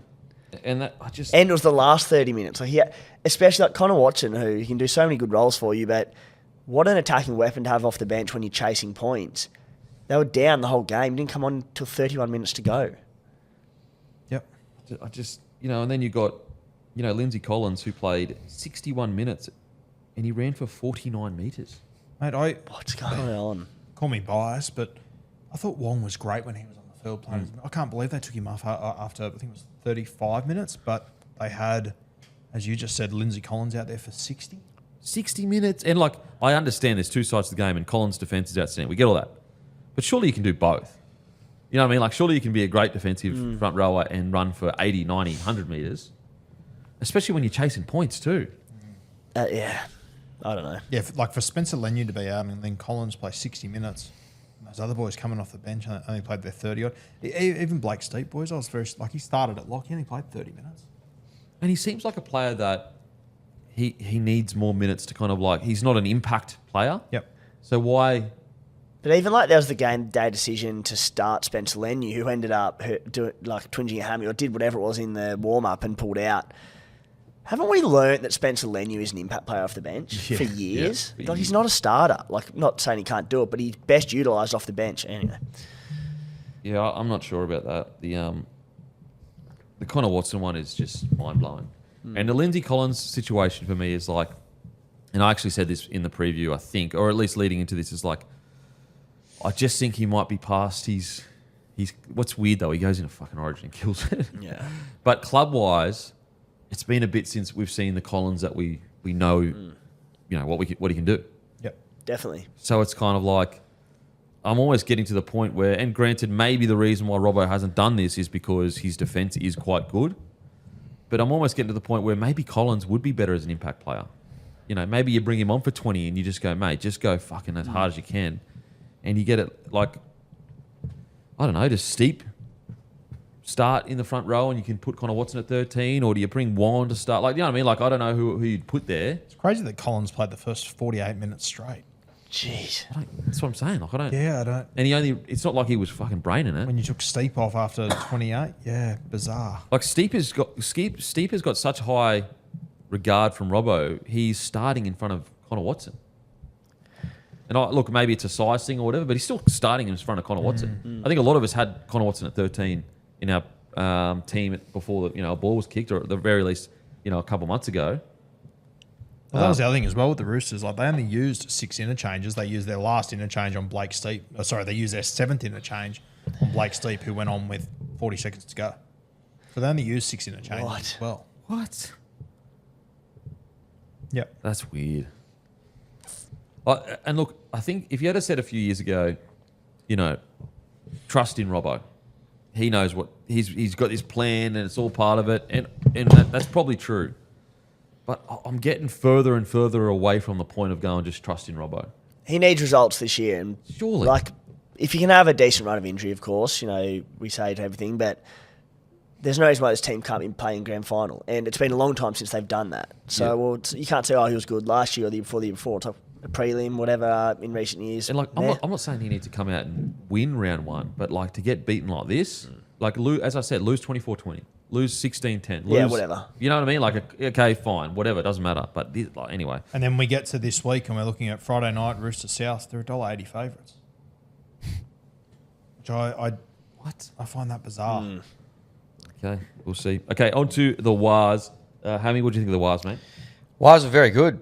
Very tough team to play at home, as we kind of mentioned, but yeah, they were impressive. Big win, of course, against the Chooks on the weekend. They just sort of bashed them through the middle. I just thought they were really impressive on the weekend. Mate, we've spoken about it a bit already, but Tanner Boyd, what a game.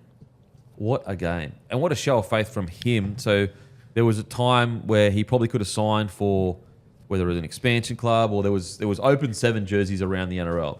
He chose to re-sign with the Warriors in reserve grade, and he comes out and puts a performance on like that. Like, think about how much talk there has been about the Roosters spine, and the guy that comes out and brains round 1 is Tanner Boyd.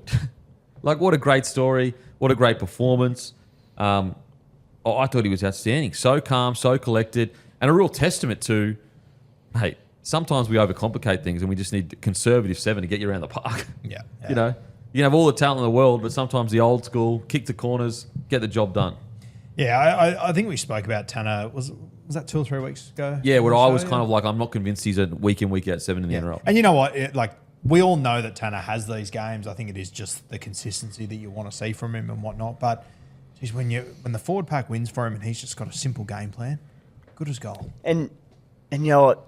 When you say we know Tanner has these games, I didn't know he had that game. Like, that game, he was unbelievable. And it was so well-rounded. Like, as you said, Kempy, he's a pretty traditional number 7 who gets the team around the park, organised well, a good long kicking game, etc. But, mate, orchestrated everything. His ball playing was excellent. That ball playing to Kate well was... Yeah, his running game was exceptional. Like, he was a full package in this game. Played tremendous. And, if that's now what we can expect as a potential ceiling from Tanner Boyd, you're going, geez, exceptional. Like, even his the try that he scored, just the confidence to take the line on like that. Like, That was a bit of a tone-setting try as well. Like, he got it early in the game, probably got his confidence up, got his tail up, but Yeah, I'm with you, Kempy. That's probably the best first grade game I've seen him play. Was it to Catewell that he hit that short ball? I'm trying to find. Yeah, I on think the it was. left side. Yeah, Like, he was outstanding. So much so that I'm like, oh, maybe we probably should. Oh, I mean, Walker was. Maybe we should have had him in. Yeah. Where do you put him? He was No, I close think to the Catewell trials off Harris Tavita. Okay, apologies. he was great as well though, Harris Yeah, DeVita. he was great. Yeah. He was great too. Either way, Tanner Boyd was phenomenal. And like, to think that the Warriors are in a position where they've got a reserve 7 that can come in and play like that. Like, I can't remember a time when the Warriors ever were in this position. Yep. That's without mentioning Tamari Martin. Yeah. Like, Jet Cleary. yeah. A lot of guys there. Yeah. Like, they're in a good spot. And they got the guy that was leading the Dally M's before he got injured, just sitting there waiting to go. I just can't remember a time where they've been like this. I just think that they don't get enough credit for their discipline, the Warriors. Like, you know, they don't get enough credit for they're going to give you, you know, most likely over 80% completion rate. They're going to be mentally tough. They're going to stay in games. They're going to fight till the death. And it's been like that for a few years now. Like, I just don't think they get the credit they deserve. And some of the performances by, like, even like Lecker when he came on to score the try he scored, it's just like, far out. Like, you Hard can't to knock a fix that. team that wins like that in terms of rotations and that. Surely Lecker is a starter. Like, without, no disrespect, but Jacob Laban, he had a few issues defensively, ball control early on. Very good footballer. But surely him and Lecker are like, Lecker's better, isn't he? The vibes around Lecker are weird from the coach. Like, he's even made comments over the last year. Like, I think he had a comment last year or something about, you know. So he made some reference to, like, I don't care about super coach or whatever, and then sort of said something around, like, he's just got so many things he still needs to work on in his game, and then we get to trials and he's playing centre. Yeah. It's a bit fucking weird to work out. And, like, I'm not sitting here saying he needs to be an 80-minute back rower, but, like, he played 35 minutes. His first touch was a try. Fucking It's crazy, like, bro. all the hype from him, he comes on, he does that first touch. Mental. Surely you get more than 35 And minutes like, out of him. the reality is, if he doesn't exist, the Warriors were going close to missing finals last year. He won them like 3 individual games. Yeah, Just I by don't being get on the it. field. True. Yeah, he's an interesting one to watch. I mean, we'll speak about Fish because I think like he's just so good. But Jackson Ford had one of those games. He had one of those games. Now, I had Fish in my starting team of the week just because he had those 5 offloads, which are just like fucking crucial to have. 5 offloads and no errors. Like, I mean, I didn't see Fisher Harris as an offload king or anything like that. I saw him as a guy that, you know, is really good at working in team systems and that.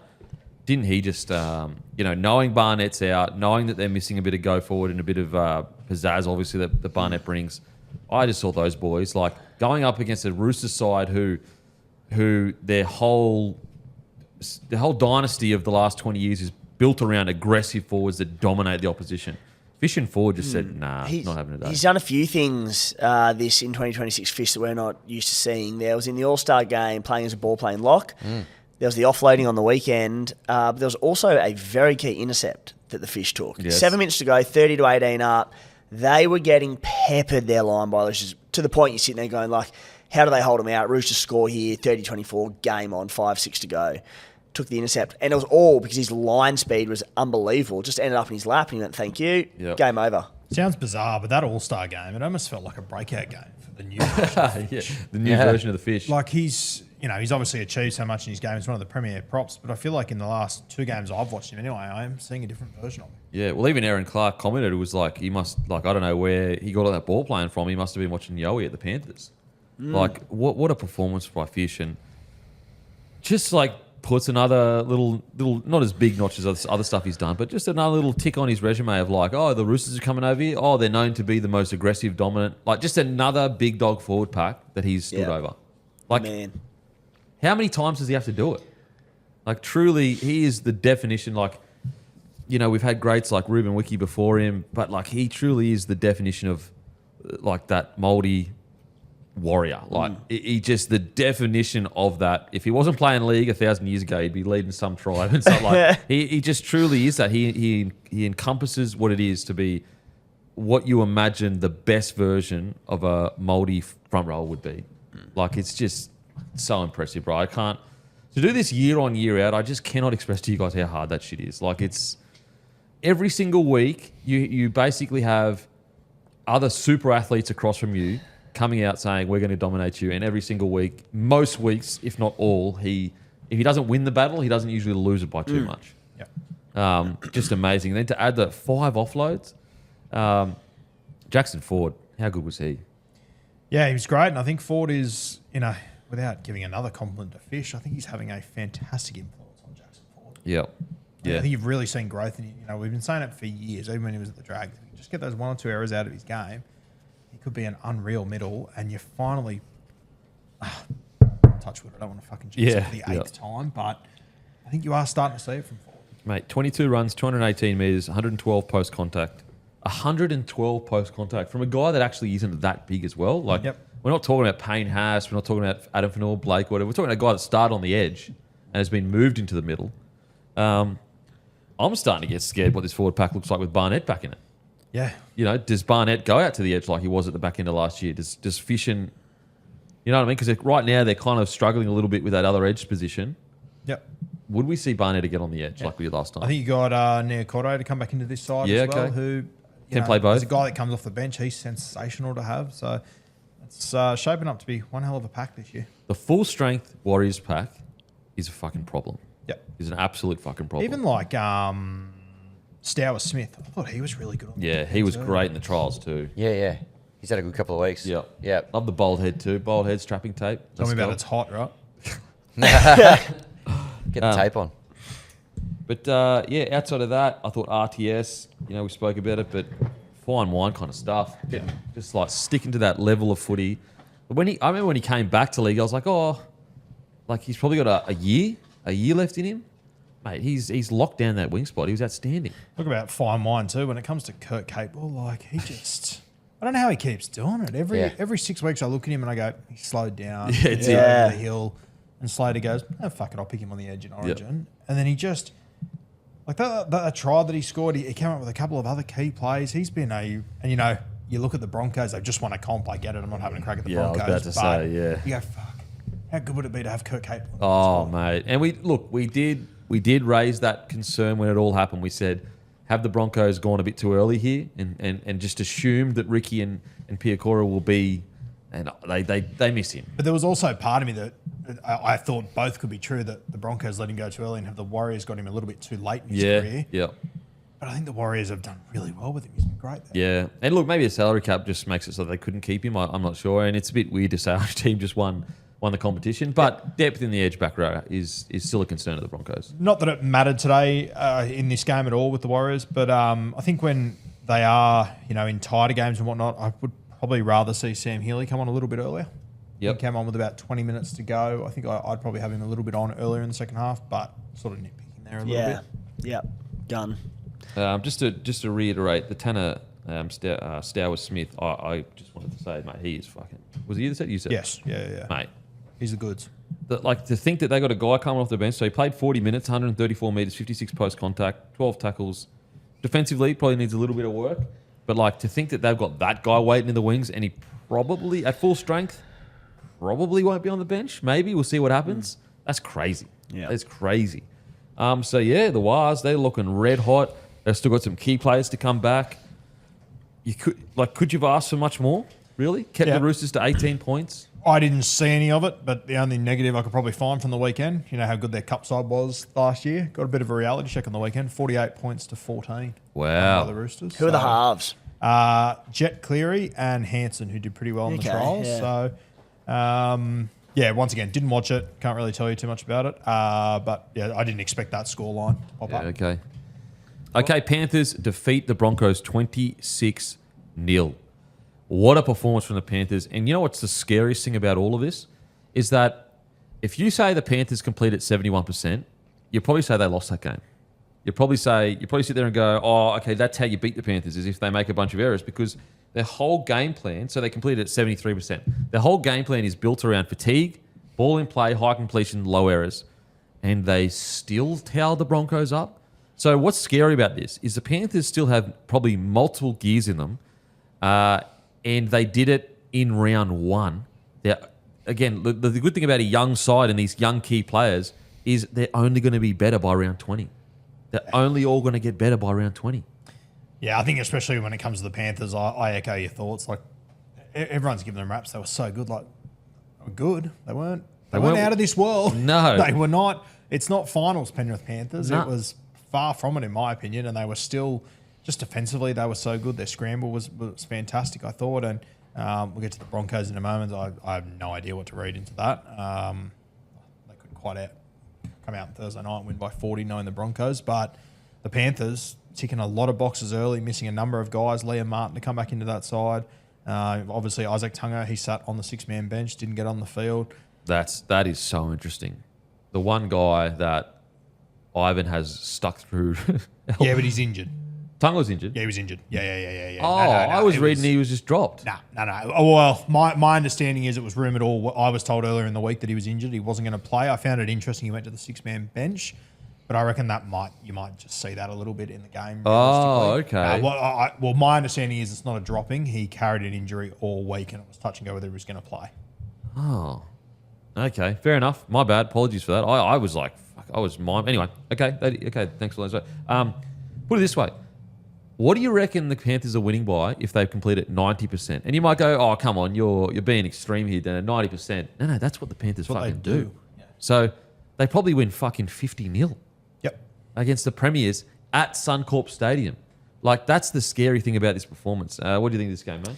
Yeah, the Panthers obviously came with a bit of a chip on their shoulder after last year, after the prelim final. But, yeah, obviously I wasn't super aware of that completion number being quite that low, but they just looked like pretty well polished, and I thought they really ripped in on the week. And I was particularly impressed by Milky Jenkins. I mean, is there a stiffer bloke in the NRL last year than him? Like, he was outstanding all year. They get to the finals, they drop him, comes back in and just doesn't miss a beat. One of the best players on the field. One of the best throws around. Absolutely. Yeah. Just a testament to kind of not only their system they have there, but also their culture. Like, he hasn't kind of, dragged his ass or kicked rocks for getting dropped. I thought he particularly impressed me. But, Panthers, very, very good. Broncos, a little bit concerning. Not sure what's going on. And to give you an example of like where their mentality is right now, it's got to be the Casey McLean try saver on Stags.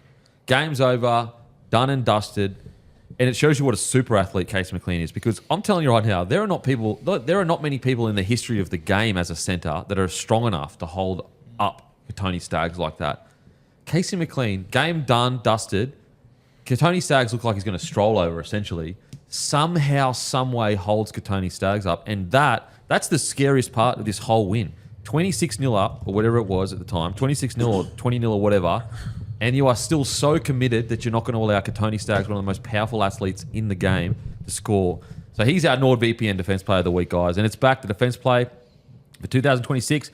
I was overseas. I was just overseas, actually, and I used NordVPN myself, sporting events, TV shows, movies, you name it. I watched it like I was back home, which was super convenient. Another great feature is that you can switch your virtual location to so many different places in the world. This allows you to save money by purchasing flights, hotels, subscriptions from other countries at a cheaper price. It's also super safe. NordVPN provides you with privacy online, leaving no digital footprint by hiding your IP address. It's like wearing invisibility cloak online. Matt used it heaps in Bali over the summer. I just used it in Vegas. It's so good and a no-brainer to use. To get the best discount off your NordVPN plan, go to nordvpn.com/blokeinabar. Our link will give you 4 extra months on the 2-year plan, and there's no risk with Nord's 30-day money-back guarantee. The link is in the podcast description box. Now let's continue. I thought when I watched on Thursday night and the way the Melbourne Storm played and how good Harry Grant was, and straight away that Melbourne Storm game made me think, this kind of reminds me of 2021 and just how damaging Harry Grant was in their spine and everything. I actually thought to myself, I wonder if this will maybe be a little bit more suited to the Broncos than the Penrith Panthers, with Mitch Kenny and whatnot. And I went back to 2021. They obviously won the comp that year, but if you have a look at the Melbourne Storm, the South Sydney Rabbitohs, and the Manly Seagulls that year, they all scored at least 100 more points than what the Penrith Panthers did in that season, but Penrith Panthers' defence was the best by a distance. We come out in that first game, and they kept the Broncos to 0. One of the best, if not the best, attacking side in the competition, realistically. Oh, man. Crazy. Trust the Panthers to do that. To 0. Like a team with arguably one of the best attacking players we've bloody ever seen, and barely fired a shot. What did you think of the game, Timmy, and the Panthers? Panthers are unbelievable, but nothing about this game came as a shock. You've got a scorned Panthers outfit who finally didn't win the comp, and they're like, You know, they'd still be hurting from the prelim final. They're a professional outfit. They always turn up early on in the season, no matter what's happening the year prior, except for last year when they were just busted and gassed after 4 premierships. And like I got ribbed a bit about in the preseason talking about how I think it wouldn't surprise me to see the Broncos start slow. And I use the word complacency, but just the way that they won their games last year, and they didn't do it with ease, but I think in their heads, like 20 minutes to go in games, down by 18, whatever, we can come back. Well, we saw it in the We're World too Club good. Challenge even. That's what I mean. And it's like, I just expected them to start the season slow, and I expected there to be some complacency. And off the back of what they did last year, it'd be hard for them not to have that mentality. And I think we saw it in this game on the weekend. And it's honestly no knock on their title credentials in 2026. They could absolutely win the comp, but I wouldn't be surprised to see this continue for another 2, 3, 4 weeks where they have more losses than they probably should have. And they might come out and put 50 on the Eels, but it's like a 60% completion rate in round 1, and they were throwing the ball around, they were ill-disciplined, all these sorts of things. I just don't think any of it came as a surprise. Like, you're the Broncos man, did it to you? Not the ill-discipline, because like that's who they are. Yeah. Like, but more just how flat they looked. Like they did not like. I can understand them the first 20 minutes or 30 minutes or even first half, a bit flat. Okay, the Panthers are red hot, but like at no point in that game did I see them come even close to the Brisbane Broncos. At least in the World Club Challenge, there was a bit of like. Whereas like maybe it was the Penrith are just so dominant, and that's why, and they choked the life out of them.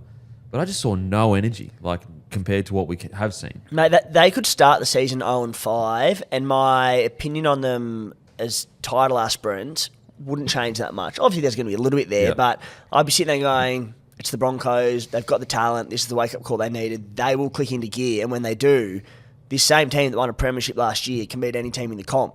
But, yeah, it was bad. Yeah. Oh, let's stick on the Penrith Panthers. Who stood out for you? For me, who did I like? Just going through my notes. I mean, I thought the start to the season back for Nathan Cleary was solid. You spoke about Casey McLean, his impact. He scored an early try, and all the sort of hype around him this year. You're going brilliant. Well, for me, the best stat of the whole game for me, and this is going to sound a little bit silly, but I'm genuinely being serious. It was, and I think you can already guess this, Blaze Talangi, 19 tackles, 0 misses. You know that, which is what we've been calling for. We called for it in the preseason about the Blaze Talangi, and called out again in the preseason. That's in one of the trials.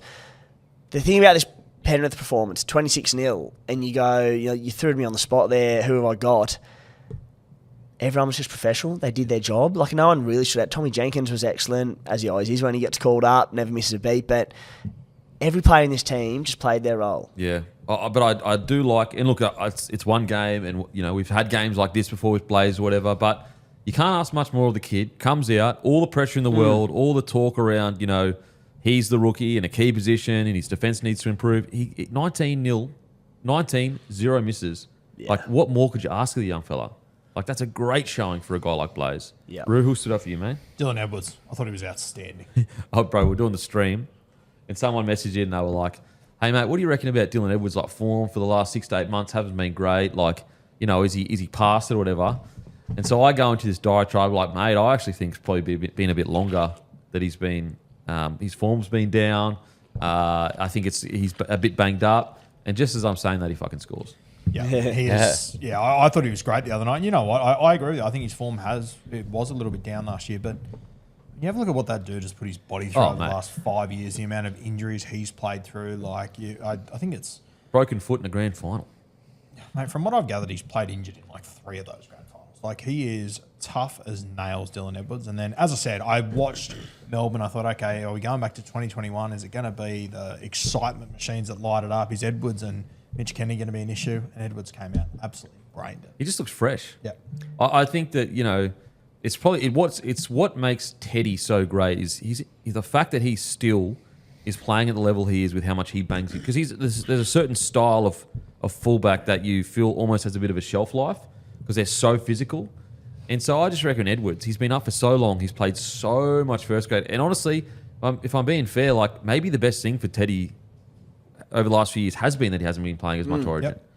Yep. Because Edwards, like, we're not talking about a guy that has 15 runs a game but has a bunch of try assists. We're talking about a guy that pretty much averages 20 plus runs a game. Yeah, and I think the beauty of Edwards is, he would have been sitting there and looking across the other side of the park, Reece Walsh, who had his Kangaroos jersey last year, like he went on that Ashes tour, but didn't play a game. Yep. Didn't have to do any other footy that off season. Like it's the first time in years he's actually.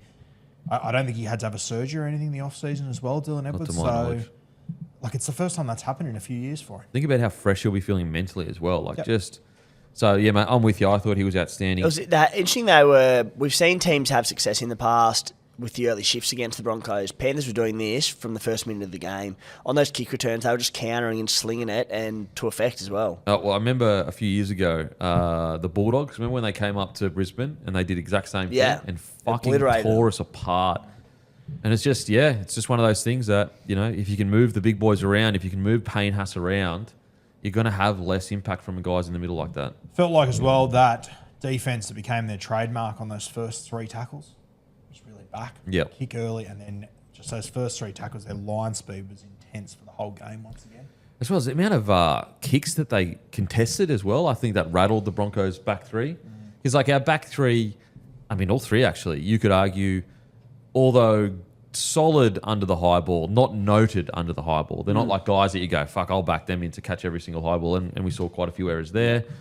Mate, even guys like, I thought Garner had some good moments as well. What a strange career Garner's had. And a good career as well. At the Tigers, gets signed by Panthers. We all sit here and go, mate, it's going to be a world beater. He's probably going to play Origin. Struggles to make the side. Somehow gets into the side in a grand final year where Hosking is there. Then it's reported last year that he's going to sign somewhere else. I think he signs a 1-year extension. Now he's found himself in a Penrith side and playing bloody good footy. Well, even then, there's obviously no Liam Martin early on. He's got a calf concern due back this week or next. But Scotty Sorensen, who's been the edge back row for them for a long time now, Luke Garner started ahead of him. They played Isaiah Papali'i on the edge, but they've gone, Luke Garner's the one that we want starting on the edge. I thought Isaiah Papali'i was great too. To be honest, it's like what you said to me. They were just fucking professional across the board. Every single one was up and about 8 out of 10. Yeah. Milky Jenkins. I'll tell you what. If Milky Jenkins, he had his form last year where it was crazy, and he keeps this form up this year, mate, he might get a fucking big contract somewhere.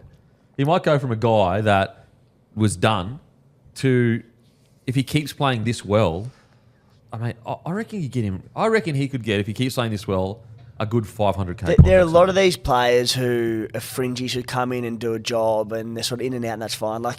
He's proven in the last 18 or so months, he's not a New South Wales Cup player. Yeah, absolutely. He's an out. I know it's Penrith in this system. It's a good place to be. Your life's a lot easier, but he's not a New South Wales Cup player. He's better than that. He's a weekend starter for the NRL. If you're Newcastle, aren't you just filthy? Yeah, what the It hell? seemed evident to me, him and AOB just didn't see eye to eye for whatever reason. Yep. Same as a lot of guys, there's a long list of those fellas. But if I'm Newcastle, I am filthy that they went and signed him, picked him out of that system, and he got up there, and it obviously just didn't work between those two. I'd be beside myself if I was Newcastle. Imagine being the recruitment manager that got him. It would have been on absolute pennies, and just watching this now going, I had this bloke for us. Yeah, and I saw this. It just, mate, We couldn't make it work. I guess, does he stay in the side next week? He has to, doesn't he? I think if Tungo's... I was just saying to him when you were out, Tungo, you heard injured? I heard he got dropped, but obviously I'm wrong. I thought it was dropped. Yeah, that's what I did too. But I don't hold me to it. Yeah. I was told on Tuesday that he wasn't going to play because it was injured. Okay. But it could go either way. That might just be what's coming out. Well, that's the thing, right? I think I saw a report definitely. Peter Lang, who's the Westie fella, and he was reporting maybe under an injury cloud. Yeah, okay. But then he was he dropped out. But you're also like, well, was he dropped or was he injured? We don't know really. And if he's injured, why have him as in the 6-man just feels like a weird time for me over the last 5 years to go round one. That's what I was saying. This is the time that I pull the trigger. I'm not one to question Ivan, obviously, but I don't know. It just seems like because he's had some form slumps that have been nightmares. Well, that was my point at the start. Yeah. He has stuck through Tungor through hell, literally through the 7 levels of hell, and been rewarded for it. It's been the right decision from because every time he gets to finals footy, what happens? Tungor comes out, kills it, and then you choose this round one to. If it is true that he got dropped, okay, let's assume he's good to go next week for whatever the reason. Does Milky Jenkins stay in the side for you? Mate, you've beat the defending premiers 26-0. Surely. This lethal attacking outfit. You've scored a double, and again, 0 points against you. I have to. Okay, now Yes, no, yes? Nah, probably not for me. I think Okay. I'd still stick with Alamotti. Well, I'm a big Milka Jenkins fan. I'd stick him in there. Well, no, Tungo. Alamotti would stay. Does Tungo come straight back in? Yeah, does Tungo come straight in? Because Alamotti is... Well, yeah, I would bring Tungo back into the centres and Yep. I'd move Alamotti to the wing. Okay. Because he played centres, Alamotti. Yep. Yeah. Okay. Okay, so now I've got another question for you. Let's say Jenkins does continue this form run. Is there a world where Tungo could become an edge back rower / forward off the bench and be I'm super surprised impactful? it hasn't happened already. I sort of thought that was going to be his transition over the last year or two. It hasn't happened yet. I thought maybe when they left him on the extended bench that there was a chance we might see him come onto an edge. But once again, your edges are so stacked, it's hard to find. Yeah. But when you talk about a guy that suits the modern era of impact, Yep. Tungo off the bench would be fucking Honestly, unstoppable. You know, we speak out a few of these sort of guys, but especially if you put a couple extra kegs on him, you could play him through the middle for a short stint if need be as well and just say, mate, rip and tear. Imagine his footwork in around the middle, 65 minutes into a game. And he would tear teams apart. Honestly, for the I don't know if I'd want to put that much weight on him. Just leave him as Oh, is. mate, he's so fucking strong. It's Yeah, insane. true. And you don't need to be using him for 25 minutes. or And you something. know what? He's had his defensive issues in the past for a long time.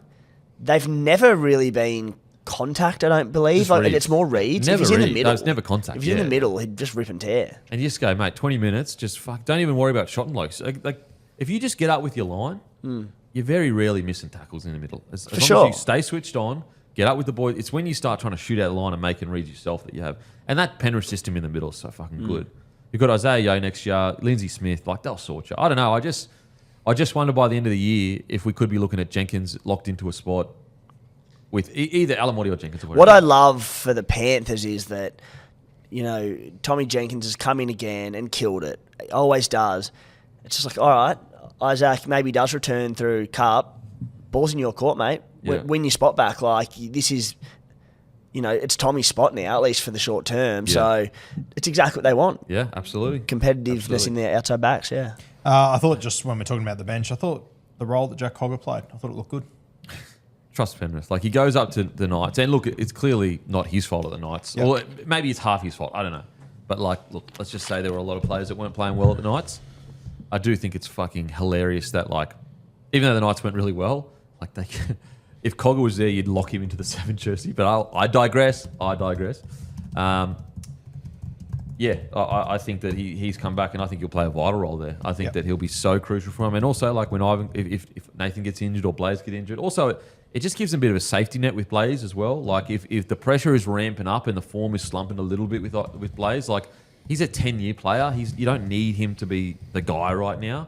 And so they've got a safety net to go, okay, let's just bring Cogger in and ease some pressure off Blaze. But it was interesting as well that even, you know, Jack Cogger's just arrived back, and I know he's won a grand final and everything, but, like, you know, Jack Cole's been in the system for years, can cover more spots realistically.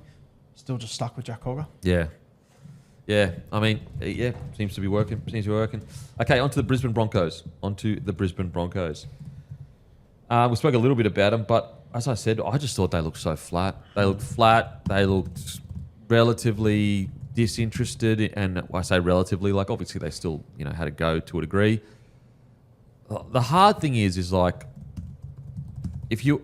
so there's two arguments to this. Like, yes, does Madge's hard training win premierships? Absolutely. But I feel like you're being dishonest if you're not acknowledging that if there is one Achilles heel to Madge's style of coaching, it's longevity and sustained success. And so it may not be the case. Like, maybe he has eased up or whatever. The problem is that because it is his Achilles heel, it's going to be talked about until mid-year if they keep playing like this, even if it's not true. You know what I'm saying? It's almost like, I don't know, it's almost like the Roosters and their ill-discipline to a degree. Like, if they keep, like, it's going to say, well, this has been a problem for quite a while. And so every time that the team comes out and plays flat like that, they're ramping the noise up in regards to the whole training too hard.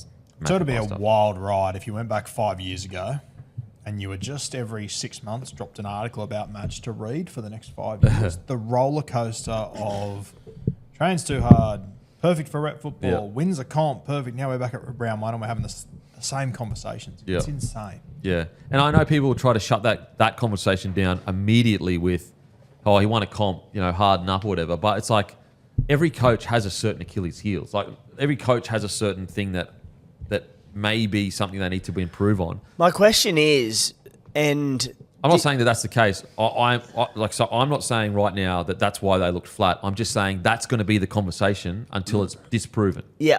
So my question to those people is, and I'm not sure, it might be bang on the money, but if you've trained too hard in the preseason and gone too hard, wouldn't you be rock hard fit and ready to go, and then you run out of steam later on in the year? Like, wouldn't you start strong? Like, so imagine years where post Bunnies and post Tigers, where he inevitably, parted ways with clubs and that. Did he start those years terribly? Just because I thought you'd be rock hard fit for round one. Well, and wouldn't dish up I that think it's crap. more of a mental thing. I think that, like, for example, the report that came out midway last year was the senior playing group went to him and said, we don't care about the hard training. It's just how high intensity everything is. Like, everything is, and apparently that got pulled back a little bit. Again, as I said, I'm not saying that that's why they are flat. I'm just saying that as much as you want to pretend like that's not a conversation to be had or it's not a talking point, it just is. Yeah. Like it just is. 2014, the Rabbitohs won in round 1 against the Roosters. They then lost the next 3 games in a row against Manly, Tigers and Canberra. Well, Matty, you give it a mic or you don't have a mic? No, Mike, Yeah, as I said, I'm not saying it is true, but it's just a conversation that's going to be had. And I'll tell you what, if you're the Broncos boys and you keep publicly coming out and saying it's, Madge is our guy, we love him, blah, blah, that you know what the best way is to show how much you love him? Is just go out there and rip and tear. You don't necessarily have to win, but how about not losing 26-0? Yeah. Yeah. If you really mean what you say when you say he's our guy, the best way to protect Madge after what he's done for you by winning a premiership is to go out there and just fucking rip. I don't want to kick Brisbane when they're down, but to be honest with you, I walked away from this game and I think Brisbane is such a one of one that if they win the next 3 games in a row, I won't be overly surprised. Man, I thought the bigger concern was Pat Carrigan's comments. We spoke about it briefly before the show, but Yeah, I was gonna talk about this on Wednesday, and that again, unfortunately, with Payne Haas leaving and then Paddy Carrigan coming out and saying I'm open to going to PNG, the tax-free money, which is, I want to be really clear, I fully respect Paddy's opinion on that. Like, he's not breaking no contracts. I understand the money so much, but Paddy's a little bit different to Payne because Payne, they're just different in the fact that Paddy has wanted to play for the Broncos since he was 5 years old or something. Payne was obviously a fan of the Rabbitohs. He was going to go to Melbourne. He ended up in, and also Payne has. he's a New South Welshman. He's a New South Welshman. Payne has also wanted to leave before this year. So this idea that keeps getting pushed, this narrative of this came out of nowhere, it's just not true with Payne Haas.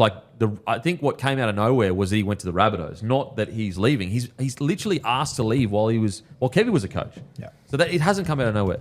But I've never, ever, ever heard Paddy ever say he wanted to is the wrong word, even allude to being open to signing with another club. And that's where, again, unfortunately, the conversation begins again around, okay, why are these players that are key players that really money should never be Paddy Carrigan's concern ever again while you're at the Brisbane Broncos. When it comes to third-party deals, when it comes to lifetime stuff, if there is one club that can go, if you're our man, we take care of you, for him to say that is really concerning to me. Yeah, for him to say that, as you said, Payne's leaving, Adam Reynolds is retiring, Ben Hunt's not getting younger, he's your future. He's your guy. He's your guy right now, but he's also for the next 10 years. I was really surprised to read those comments. And again, you unfortunately you pair that with Payne Haas leaving, and then you go back and you look at the history. Some key forwards leaving the Rabbitohs, whether it's true or it's not, the conversation is going to be around why are these senior players leaving the club under the new head coach. Well, mate, a few red flags there, as you mentioned. Payne Haas playing 79 minutes in a 26-0 loss. Bizarre. What are you doing? And I know that there was a moment where he came off. Someone copped a HIA. It might have been Gajewski or someone. But and he went back on. 26-0. You're not winning this game. Give the man a rest. Yeah. Bizarre. Is he the guy you bring back on in that moment after he's just come off after busting his ass for the first 30 minutes, whatever it might be? And you're trying to go back to back? Surely someone else, you go, let's give Payne 15 It's minutes. also after he played 80 minutes in the World Club Challenge, wasn't it? Yeah. Yeah. And I just, is that really what's best for Payne? I don't agree. And he's, I'm well aware, he's a one of one. Do you have to test it? Hey, it doesn't need to be We're tested. an hour and a half into the season. We know he can do it and he can play 80 minutes a week if he wants. Not the point, right? he's your Ferrari, he's your everything. Like without Payne, you're not even going close to a Even on premiership. top of that, you're also, by him doing that, just starving minutes of guys like Oblix Taffa and other blokes. Like, the game's done, give them an extra 15 minutes. Yeah. Give Tolty, who actually I Yeah. thought was quite good when he came on. I think Tolty's good. Yeah, I'm with you. And he's one of the great Madge finds. So, and Yeah. that's the problem for Madge right now is like, I am in the camp of trust Madge. He won a premiership. But all this stuff, unfortunately, is just, until it gets disproven, people are just going to talk about it. It's going to talk about it. I thought Tolty was actually one of our better players when he came on the field. And I think that, you know, some of these other boys, when you see a guy like that playing like that, who, you know, doesn't have necessarily the God-given talent that some of these big dogs do, surely gives a rocket up here to go, you know what, maybe I need to rip in. I thought, unfortunately, Jordan Ricky was just really poor. Had quite a few errors. Had a great season last season. Yep, it's one game. He can bounce back. I have faith in him that he will bounce back, but unfortunately, he wasn't great. Jazeski, I cannot believe he wasn't taken off for HIA. He wasn't taken off, was he? No. Unless I'm wigging out. That's No, insane. he stayed on for a few more sets, and I kind of think it was a costly few sets for him. But it's just like, why are we playing with fire with this stuff, guys? Like, we can damage the game irreversibly if anyway, guys, I don't even need to mention what happened fucking last year. Do we need to mention what happened last year? Like, what are we doing? What are we doing? Now, it feels a bit harsh because he did get that head knock, but I get why Madge is going, you know, Jazeski, I love him as a trainer and he works really hard, but I just don't think he's a starting edge back rower in the NRL. Even your boy, Roo, big tougher. Oblix. It's okay when he got on the field, I thought. No, but like, start him on the edge. Yeah. I respect Jack Gosler. I think he's played for 6 or 7 clubs now. He's been around for a long time. He's a toiler, but yeah, I agree. I just don't think he's a starting back row. I think if you've got him as a bench guy, jersey 17, I can get around it. But yeah, I couldn't make sense of it last year. I can't make sense of it now. Ezra Mam not starting? What? Yeah. Like, didn't we just go through a whole final series with this? Basically, Reynolds and Walsh really struggled to click. And as soon as Walshy had full swing, and then, Walshy and Mam are two pieces of the ball. They work so well together. Why not start him? Is there any logic that you... What'd you do in the World Club Challenge? Ezra started, didn't he? Or did he... I can't. I think he did start. Yeah, he did. Yeah, he played 80 minutes. Can you give me any reasonable why Ezra Mam wouldn't start? I don't know. And like, Ben Hunt ended up going to 9 anyway, so you may as well just start him at 9. Yeah. And also, like, Maybe defend, so they think and just defend, you know, for the start of the game against the Panthers, and then once it breaks up a bit. as in Ezra Mam defense, or No, just keep him out of there. Keep your solid defenders on, and then you know. If you're at Ezra Mam's level, which is essentially Origin level, Yeah, you yeah. don't need to be held back from anything. I'm just anymore. looking at- I think it's also a weird time to go, let's focus on defense. Yeah. You're the high-octane attack side. You know, that's who you've always been. Maybe that was just to let the sting get out of it, and then just let him get in there when. Yeah. Listen, tight bodies. if you're willing to play Payne Haas essentially 80 minutes, Jazeski gets left out there for whatever reason. Surely you're not giving Ezra the pass of like, and I'm not saying you're just bringing up that as an option, but surely you're going, oh, but by the way, Ezra, you don't need to do all the hard stuff in the first 20 minutes. Like, what? Yeah, not when you're moving your spine around to that degree. Like, it's weird. But it weakens everything up too, because like then you've got, because I thought Corey Pakes' service was quite poor as well. Like then your starting spine is 2 positions. Like Ben Hunt's a better 9 than Corey Pakes, and Ezra Mam's a better 6 than Ben Hunt right now. So you know what I mean? Like you're weakening 2 positions for whatever reason. Corey Jensen only played 20 minutes. Did he get a HIA or an injury? Or I anything? don't know. I didn't see him get anything. I know he got a HIA World Club Challenge. Yeah, like he played the opening minute there, then went off. Bizarre to see him only play the first 20 minutes. Oh, I'm not sure. And once again, Payne Haas is playing 80 minutes. That's outrageous, man. Like, what are we doing?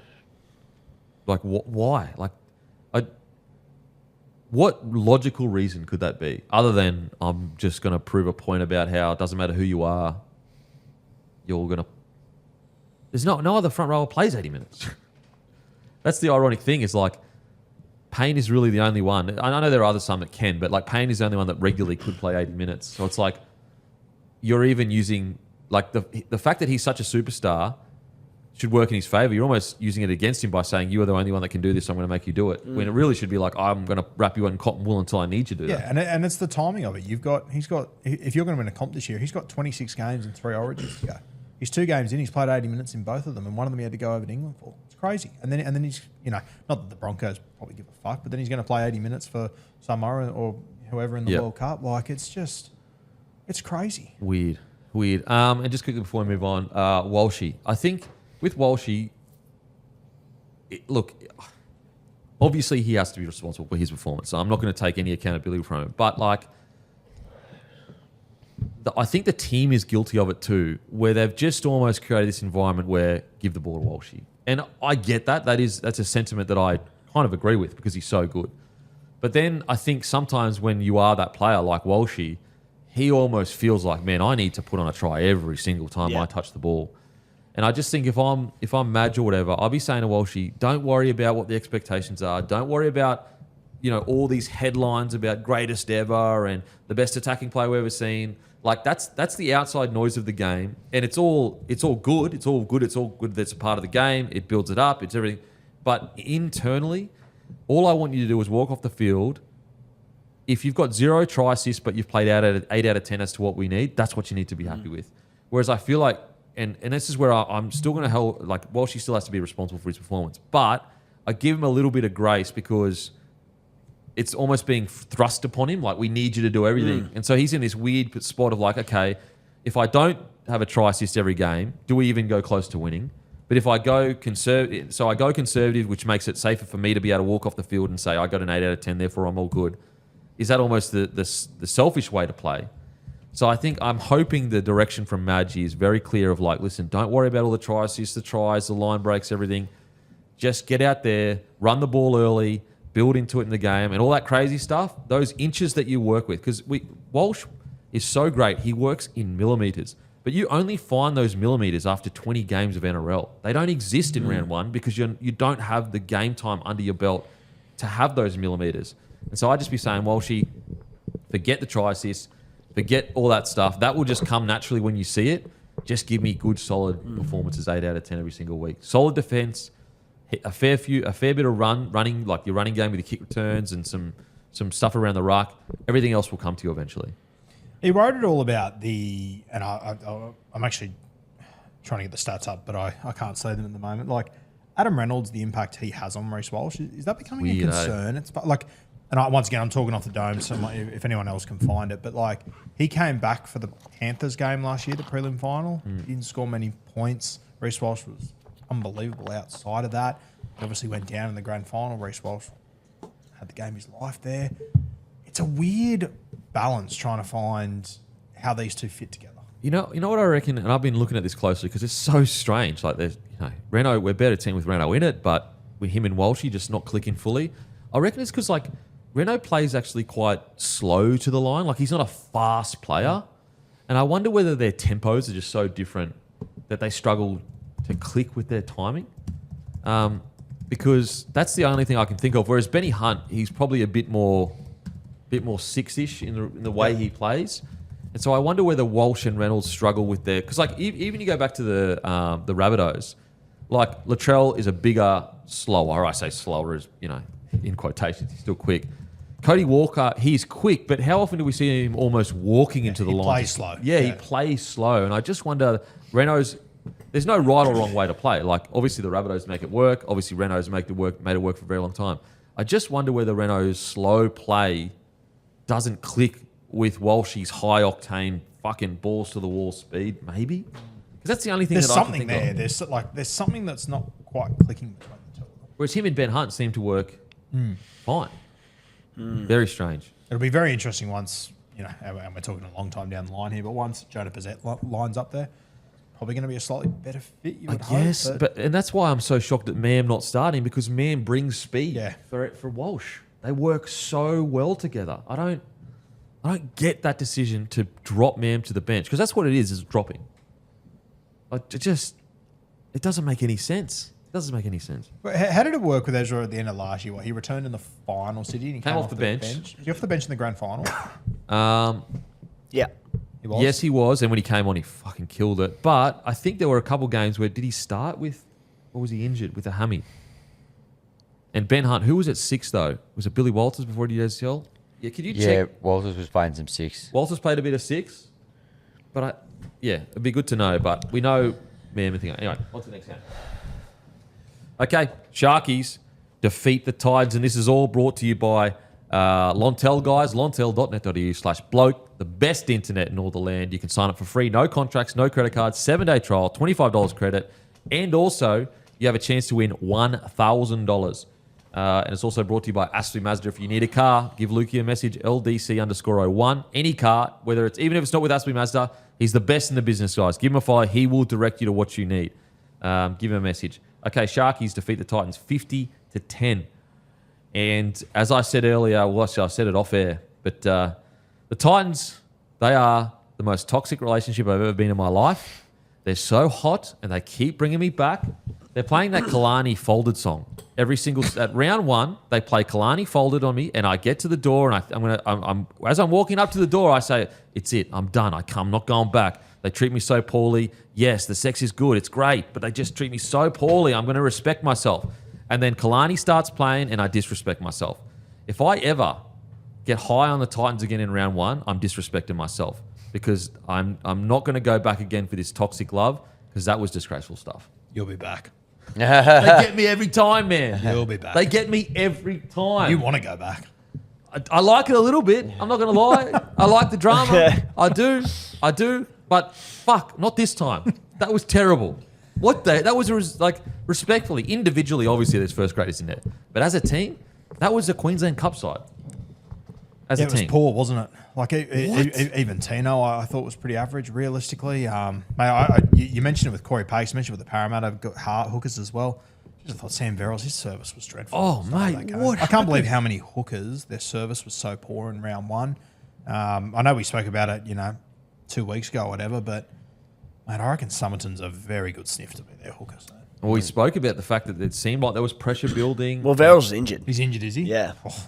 I don't know if he's out, but he didn't look great. Well, any excuse, I think they're probably going to use to, because and I'd say this is a guy that played less first grade than a lot of those boys. So I'm not individually, of course, they're first grades, they're bloody guns, but as a team, that was Q Cup standard rugby league. I don't think there's a player out there that played all right. Fuck. What the hell? And look, we're in the first game of a rebuild, so it's going to take time. All that stuff. It's also a rebuild that feels like it's been going on for about 8 years. Yeah. It's, they've been in year 1 for a long time. Mate, the Sharkies looked like fucking prime Penrith Panthers. They were clinical, just tore them apart. What's surprising as well with the Titans is it's not like they ran out. For example, last year with the Eels, they ran out with a bunch of rookies.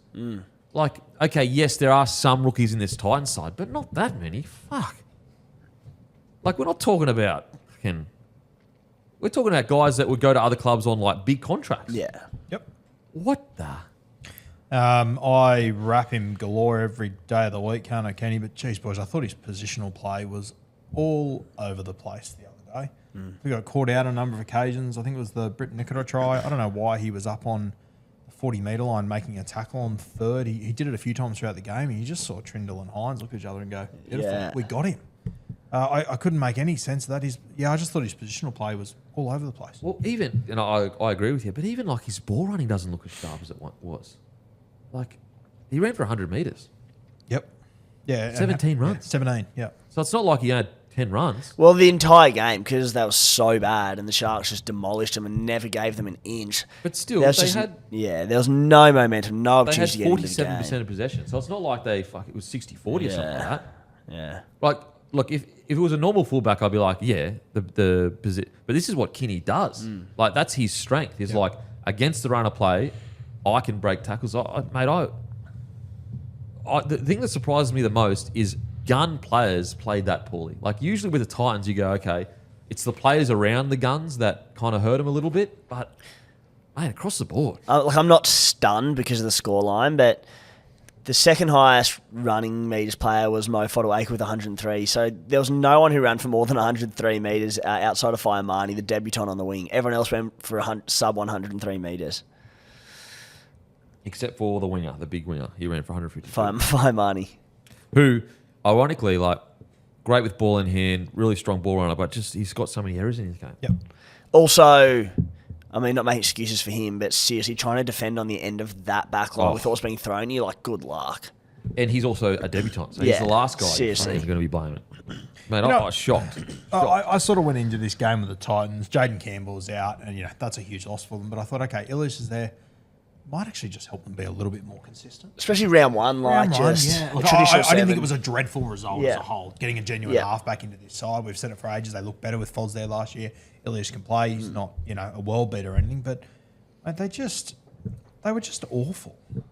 Like the contact, like them in contact was like, as I said, it's Queensland Cup. It was like a Queensland Cup side playing a first grade side. It's round one, and I'm genuinely sick of talking about them already. Like, if they dish this out again next week, like we've sat here for 4 or so years, been on this show talking about the Titans, and they show a glimmer of hope, and then they just dish this out. It's like if they dish it out again next week, what do you say about them? Like they played good in trials, they played good footy. It's not even the result that I cared about. They were They look slick, fast, slick as anything. They were line speed, and then they come out and they just get absolutely dominated, like rolled. I don't know whether you guys will agree or not. Maybe you give them one more week, and if they get blown out next week, you pull the trigger. But boys, why did we wait 52 minutes to see Cooper Bye get on the field? Start him next week. Put him at 13. Let him blow out. See what happens. What have you got to lose? Yeah, Josh Hannay said after the game that they want to ease him into the game and into the NRL and first grade, which I don't hate. Like right now, looking at the team, just give him minutes, like he's ready to go. But he's still young. We see a lot of young blokes thrown in for too big minutes and too big roles too early on in their careers. Injuries happen; they might not be up to it. He's certainly good enough, but we do see a lot of players rushed into the NRL and it doesn't work out. I don't hate from Josh Hannay that he's sitting there and let's ease him in. But in terms of immediate result, True, the team are better with him starting. I just think he's above. I think he's above that. And the normal progress of a normal debutant. But you are right. If we have sat here for years with the Titans and about the way they manage guys and all that sort of stuff. So I get it, but I just is there a world where both can happen? So is there a world where let's say they lose again poorly, in the third game, go listen. I'm going to give you the first 20. See how you go. If you're struggling, I'll stick to the original plan next week. You know what I mean? You don't have to stick with it. Yeah, just try it. Just go, here's 20 minutes, there you go. I had a chat with Tino a few weeks ago at the captain's launch thing, and I said to him, where do you see Cooper Bye fitting in? I sort of said, will he be in the 17? And he essentially laughed at me and was like, yeah, he's going to play a major role for us. And like that, I walked away from that thinking, okay, they've obviously know what they've got here. Granted, exactly what you said, Tim, I can get around that for sure, but I think 52 minutes waiting for him to get on when the game's on, then he gets on for 30 minutes. You got to do more. Put it this way, even if you play him in a shorter stint, I don't think you need to wait till the 52nd minute. Maybe give him that stint earlier and then go, all right, do we want to play him in the back end of the game? Or even at the 30-minute mark, just give me 10 minutes before half time. Everyone's fatigued. Who was the players that came on for their foot? I'm sorry. I'm putting him on before I'm putting Tui Simpkins. Yeah, seriously.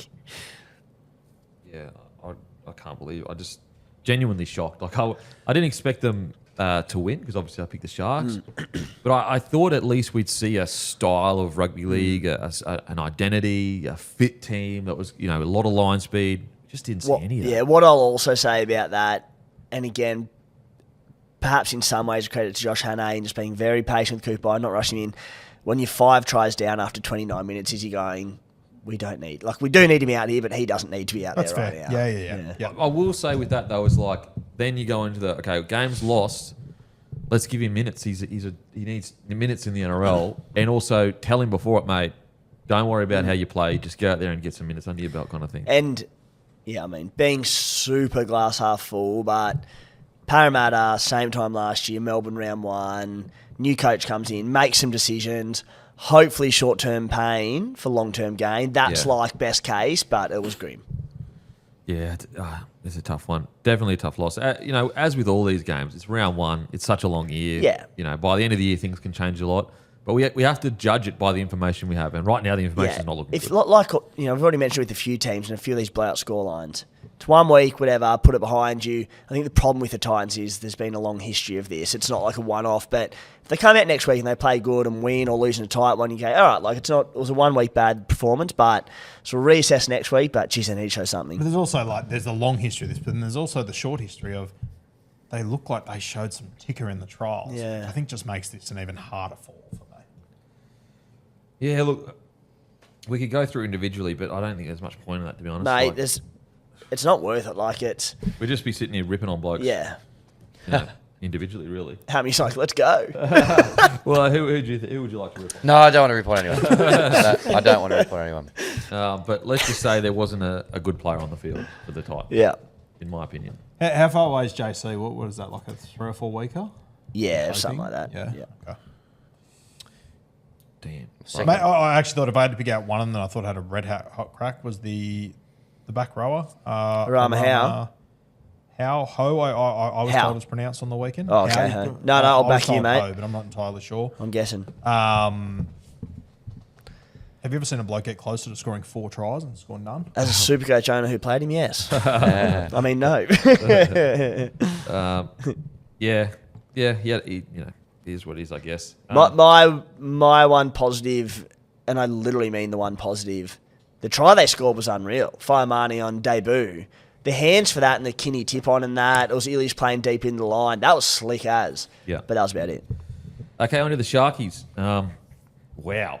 Like, you know, I know a lot of people go, okay, the Titans are really poor or whatever, but this is the benefit of having a team stick together for a few years and just having a solid system, a solid plan, delivering and executing on that plan. That's a key point. They look slick. They look like they've been playing together forever. They know exactly who they are. They know exactly the style of footy they want to play. They look confident. Bolden Trindle, absolutely phenomenal. Just, yeah, like this is the benefit of having a plan, sticking to it, executing the plan, because obviously you don't want to stick to the plan if it's not getting executed. They were outstanding. Absolutely phenomenal. Well, on the just like keeping the same unit together, and it was just so evident that this team had been together for a number of years. Kempy, from the prelim last year, I think the only 2 blokes who weren't there were Mulitalo and Wilton, both injured. But I don't think he even played in that game, did he? I think he was already injured. When did he hurt himself? I'm saying from the prelim last year. Yeah. So he was already out. So Burns and Stone Street came in, who were both relatively established first graders anyway. Yep. You could just tell. These boys knew each other's game inside out, didn't they? They just look so slick. So slick. And, you know, I got to give Fitzy, I give Fitzy credit all the time, but, you know, I've been pushing back for a while on, like, mate, there needs to be a dominant half. Like, it's the age-old rule. And look, it's a long season ahead, but the benefit that Fitzy has, if it is going to work out, long play, that at any point, either half in this team can step up and just fucking tear you apart. And I think you got to give credit to the Sharkies that on the day they realise quickly who that guy is now. And they just go, Bob. And they address it. Whether it's Blake, Brayley, Trindle or Hines, I think they're able to realise who's got the hot hand today, let's work around. And they're able to do that really well. There's like no ego in that spine. No. Like first 10 minutes, they go, oh, you're the man today? Whatever you need, sir. Yep. And just get it done. It's just... Like I've been such a fan of what they've built, and to come out and do that, like far out. And actually, their round one has actually not been great the last few years, if I recall correctly. Yeah, no, you're right. Yeah, it's been a struggle. Mate, they just look slick as, and they did it. I won't say they didn't get a second gear because they ramped it up, but I reckon there's more in them. Yeah, I agree. And I also thought, mate, we're always talking about the 9.76. I thought Will Kennedy was really good. I know his stats might not blow the world away, but I thought, especially in that first 30 minutes, he was super dangerous. Yeah. Heaps of energy, looks strong in contact. And also the benefit of he's just played with them so many games now. He knows where to be. He knows the timing of everything. Like, yeah, they look like a well-oiled machine. That I love. I've seen it a few times last year, and again they've executed perfectly again this week. And it was the Nicho Hines, the first try, where he runs. It's that standard block shape that every halves and every team runs all the way down to about under 11s these days. But the difference is what the Sharkies do and what Trindle and Nicho do is their intent is for Nicho to go through. And they create that space outside the half and inside the centre. Like a fullback, really. Yeah. And the centre shoots up and the space comes there. And it's the plan is to go through there. And the difference is in the setup of the shape. Nico isn't deep. He's not wide. He's flat. He's tight on the outside hip of that lead runner, and they just go bang, and they nail the timing so perfectly. Yeah. And then Nico slices through. It's just a variation to a block shape, but they are doing that so well. And it is being a centre and a half, defending that, knowing that's coming at you, would be awful. Yeah, because it ruins your spacing. Because if you want to defend that, you almost have to get in as tight as if a lead runner's running the hole. And then, but if they for some reason go over the top, you've just given yourself away. You've given all these meters to your outside men. So it's almost one of those plays where you have to pre-read it. Yeah. Because your spacing usually wouldn't allow for you to be close enough to your inside man to be there already. And if you are close enough, they'll just go over the top. It's a great play. And I actually don't mind it when the problem is even if you do make that tackle on Nico, it's probably going to be a quick play the ball and they're going to go again. So it seems so simple, but as you said, it just throws the whole defensive line out of whack. It's brilliant. I can't wait to see them do it more and more this year. I think another big positive for them coming out of this game was, last year everything was down the left. Ito had an unbelievable season. Ramian, he looked sensational in this game. If you have a look at Ramian's stats from last year, he scored 3 tries. He had 3 try assists. He had 8 line breaks. On Saturday, he had 2 tries. He set up another, and he had 2 line breaks. So he's almost halfway through his stats for last season. Mate, that line that he ran to score one of those tries, he ran that from the beach, another beach. Just the hardest unders line you've ever seen in your life, and just steamroll people. Ironically, the Sharkies are almost in this bit of a weird Goldilocks zone where everyone essentially in that side is on a contract year. So Kennedy's on a contract year, Ramian's on a contract year. A lot of those players, if they don't play well, they're not getting the big contract. Yeah. So it's everything is timed well for most of that squad to be giving everything they've got, because it's human nature, guys. Contract year rolls around, you're fighting for your job. Of course, you're going to be that 1 or 2% better. And what's weird is there's not that much to talk about with the Sharkies, because they did exactly what you would hope they would do. You know what I mean? We could sit here and talk about how good Trindle was. Actually, you know what? I will say this. Let's assume, and I'm getting way ahead of myself here, guys. I know there's a long year to go or whatever. I get all that. Let's assume it's a blank slate for Origin. If he keeps playing like this, is he in the combo? Is he not in the combo? I think he's still a long way down the pecking order. Of course, for realistically, sure. you've got Sam Walker, DCA, all these sort of guys floating around. But if he plays like he did yesterday, he's 100% in that conversation. I think the hard thing is, once again, we come back to it that, we know Tricky can have these games, but it might be for the next 6 weeks. It's Hines and Brayley's day, and he has 1 try assist in the next 6 weeks. Doesn't mean he's playing poorly. Yeah. But I think it is just the reality of that Shark side that's how they play. Mate, when you have these days, you're out of this world, and then you can have 5 weeks where you might win 5 games, but no one says your name. Yeah. What's crazy, I think last year they had the equal amount of try assists. I think they had 24 each. Yeah. That's crazy. That's crazy how well they do it. But, mate, on the weekend, I thought he was phenomenal. He played every bit of potential we've ever seen him have. He played like that. Super silky, good kicking game, good running game, good ball playing, very tricky, hence the nickname.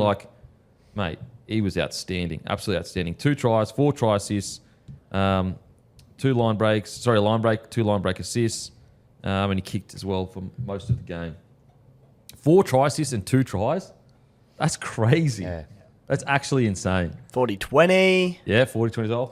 Last year, Hines, 21 try assists from 27 games. Trindle, 19 from 26 games. So just, as you said, almost identical. Wow. Anyone stand out for you, mate, in the Sharkies? Mate, Trindle, you've already covered him well, but just turning into prime Freddie Fittler. Thought he was unbelievable on the weekend. He played outstanding. Adam Fanua-Blake, yes. The Titans pack weren't at their best, but they still had 3 Origin players in their pack. He went for 200 metres. 80 post contacts as well, so I thought he was good. But yeah, for me, it was all about the halves, and in particular, Trindle. That first half, I thought definitely as good as I've seen him play. And Kennedy as well. I thought popped up, scored a try, obviously, in the first half as well. So good to see some good signs in their spine. I thought they looked good. Just on that as well, you look at the stats from last year. There was only one team that had more than 2 players from their team in the top 19 try assists last year. It was Cronulla with all 4. Wow. Yeah. Will Kennedy finished 19th, Blake Brayley 17th, Trindle 10th, Nico 8th. Crazy. I mean, it is. You got to give credit to Fitzy where like that. It's a clear desire for him to spread the attacking responsibilities, and like you're literally seeing it in the numbers. It's crazy. Just another thing I wanted to mention as well is like they've essentially replaced their whole back row. I know Nickett has been there for a while, but like Billy Burns, Colhoun, and Teague Wilton when he's fully fit, like it's kind of gone under the radar that they've done that all kind of at once. Where for the next 5 years or so, if they resign, you've got the back row sorted to a degree. And they've all come through the Newtown Jets and gone through all the foundations. Yeah, like, you know, we talk a lot about, and obviously it's not on the same level, we talk about, you know, Bellyache's ability to develop and whatever, but like Sharkies probably don't get the credit they do for the fact that this whole team and a lot of this team has kind of, I know they've been maybe signed, 5-6 years ago from another club, whatever, but really gone all the way through, you know, a year or two in reserve grade, a couple games in first grade. You know, Jack Williams to that as well. Yep. Yeah, there you go. And so, like, that's something that's kind of flown under the radar, especially with, like, you would have said 2 years ago, Talakai is absolutely the next guy in the back row that gets that spot. And Fitzy's just worked quietly behind the scenes. Like, Billy Burns, when he came to the club, was like, it was almost like a bit of a surprise that he was in an NRL system. You know, you would have thought maybe Super League's where he's going to end up. A lot of talent. Jesse Calhoun, killing it. There's really not much negative things to say about this side. Like, what else could you ask for? Perfect start, mate. Yeah, unbelievable stuff. I know we've done it before, but just going back to the 2019 Newtown Jets that won the grand final, fullback Will Kennedy, winger Sione Katoa, centre Mulatalo, Braden Trindle was the halfback, Toby Rudolph in the front row, Blake Brayley in the nines, Billy McGillis in the 13. You had Teague Wilton on the bench, you had Talakai off the bench. Jeez. What a That's team. crazy. Like, again, they don't get the credit for their system, but that's a pretty incredible And then, system. other guys are there like Scott Sorensen, Jason Bakuya, Jermaine Jolliffe, all these other guys that have gone on to be consistent first graders elsewhere as well. Crazy. Yeah, wow. Far out. So listen, great stuff from the Sharkies. Still got some players to come back to. You couldn't have asked for much more? You couldn't have asked for much more. Okay, it's time for match of the round, you reckon? Obviously, maybe Dogs, Dragons, but for me, this is the match of the round. This was match of the Hell yeah. Match of the round. In the rain. In the rain. Good stuff. We've already spoken about the 6 again stuff, guys, and the 10 minutes or whatever they didn't have the ball, so you can go back to that earlier in the show. Raiders get up, defeating the Seagulls, and I've got to say, like, because they're, not one of the bigger clubs or whatever, the Raiders, this game's not getting enough credit for what the Raiders did. They got dominated for the first... They didn't touch the fucking ball for the first 12 minutes or whatever, 11 minutes, whatever it was, and I reckon, pretty much every team not named Penrith and Storm probably lose that game because it's just too far gone. Yeah, it goes even deeper than that. They lost Josh Papali'i during that period too.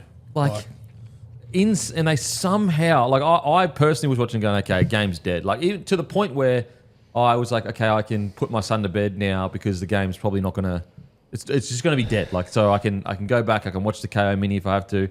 Anyway, so basically, 30 minutes in, they start to turn the tide to a degree, but even then, there's still a long way to go.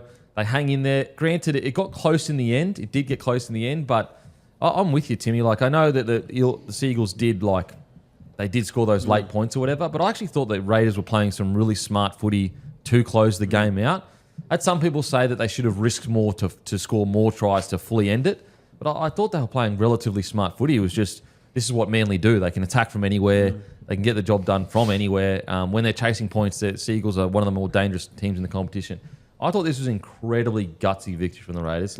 Crazy gutsy win from the Raiders. Yeah, thankfully it didn't get to that stage, but had they have lost, there's still been so many good signs from the Raiders. You'd be like, oh my God, we let it slip, but long-term view, we look fine. Played really good footy, and to your point, Kempy, when Tom Trbojevic is fit and healthy, Manly are probably the best team in the comp at chasing points in the final 5-10 minutes with their spreads and their speed out wide and all that. So, yeah, the Raiders were really good. I thought the way they closed the game out, again, we touched on it earlier on in the show and the shot at the field goal and all that, but I thought they closed out excited for their 2 late tries in extra time. The set that they rolled through for the field goal was bang on, and, I mean, the big question that the Raiders had coming into the season was number 7. How's Ethan Sanders going to go? And he ticked every box, didn't he? Yeah, he looked...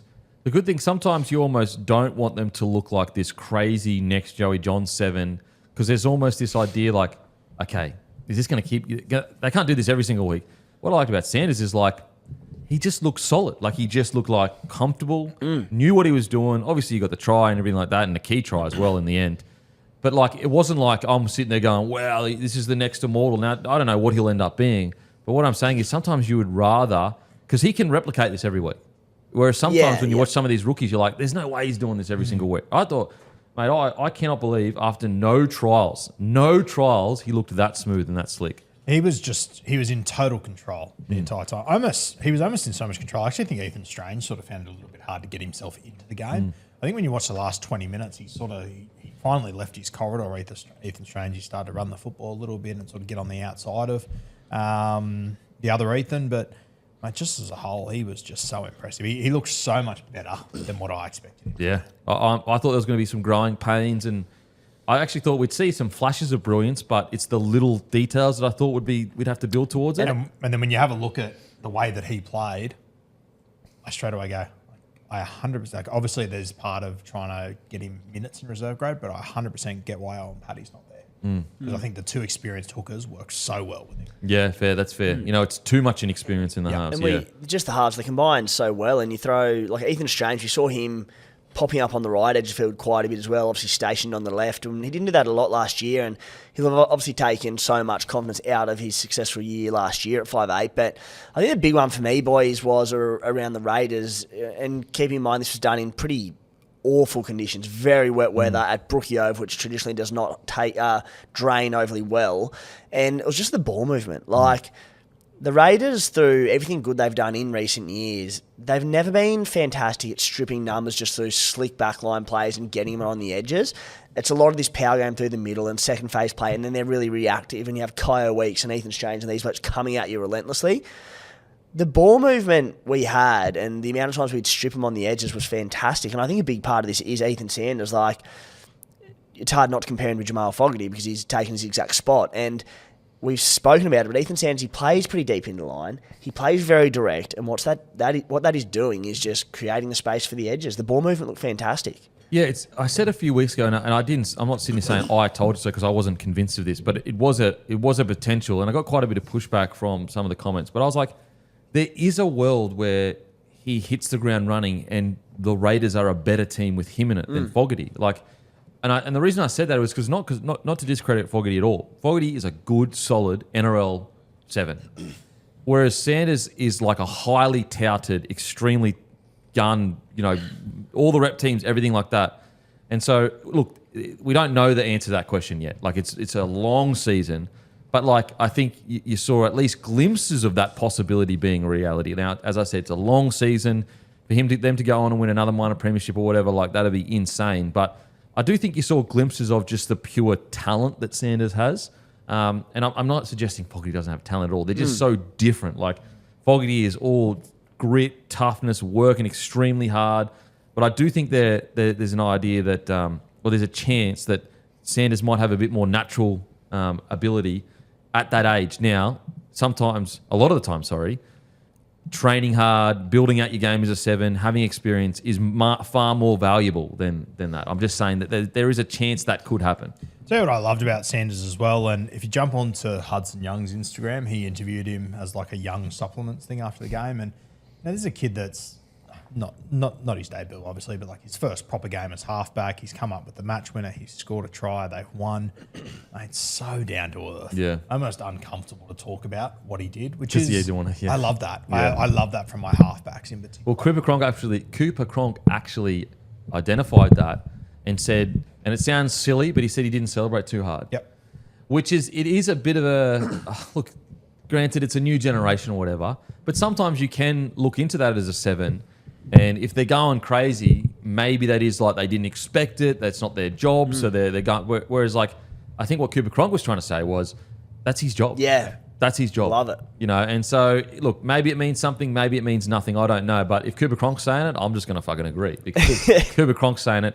I want to say quickly before we get off just Sanders and his field goal. I reckon Manly's lack of kick pressure almost represents them as a team. Like, they do all these flashy stuff really well. How that bloke got the ball on the 4th and had no kick pressure in golden point to me, that's outrageous. Yep. They were walking. I agree 98% of it because there was nothing except for Jake Trbojevic meandering from dummy half. What I will give them, round 1, extra time, they were out on their feet, blokes cramping up everywhere. Tommy Starling's play the ball was elite. It was so quick. I didn't expect there to be pressure because... Surely one guy pushed Yeah, it. so I didn't expect there to be pressure because of the speed of the play, the ball, the conditions, the round 1, all that. But no one was even trying to get off the line. That's what I'm saying. Like, I'm not expecting everyone flying in, but like one person. Like that, I expected Sanders to have a clean shot because of the circumstances without anyone sort of near him, but no one even moved. They didn't even move, and that's my whole point. Like, I understand relatively quick play the ball. I understand bit of a weird one. He's up flat, but like the number 7 is up flat. Like, surely at least one person. They don't have to make it to him, but like, is 5 meters away from him, bro. They were like 10 meters away from him. We took the kick, and it was only Jake Trbojevic who was nowhere near him. Like, put in a little bit of an effort to get to him. He was the marker. So you're telling me Jake Trbojevic, the marker, had enough time who, after a quick play the ball, to get on his bike, but the guys... And so that's where I just go, geez, like, it kills them every time, Manly. Like, they have all this talent, all this incredible ball playing, but just, unfortunately, sometimes there's a bit of a soft underbelly under Seabold as a coach. Yep. And Takiaho injured already coming out of this game.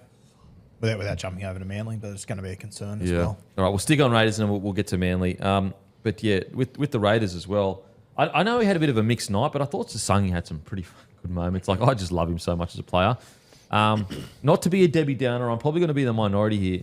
Yes, Savage second half ended up being good, but geez, in the first half, mate, I was going, what's doing? Bomb tries, dropping the ball. Like, the first set they got back in that 10-minute period, he dropped the ball cold in a play the ball. I'm just going, brother, you just cannot do that. Yeah. If it's your first year in first grade, maybe, but mate, you are an established first grader.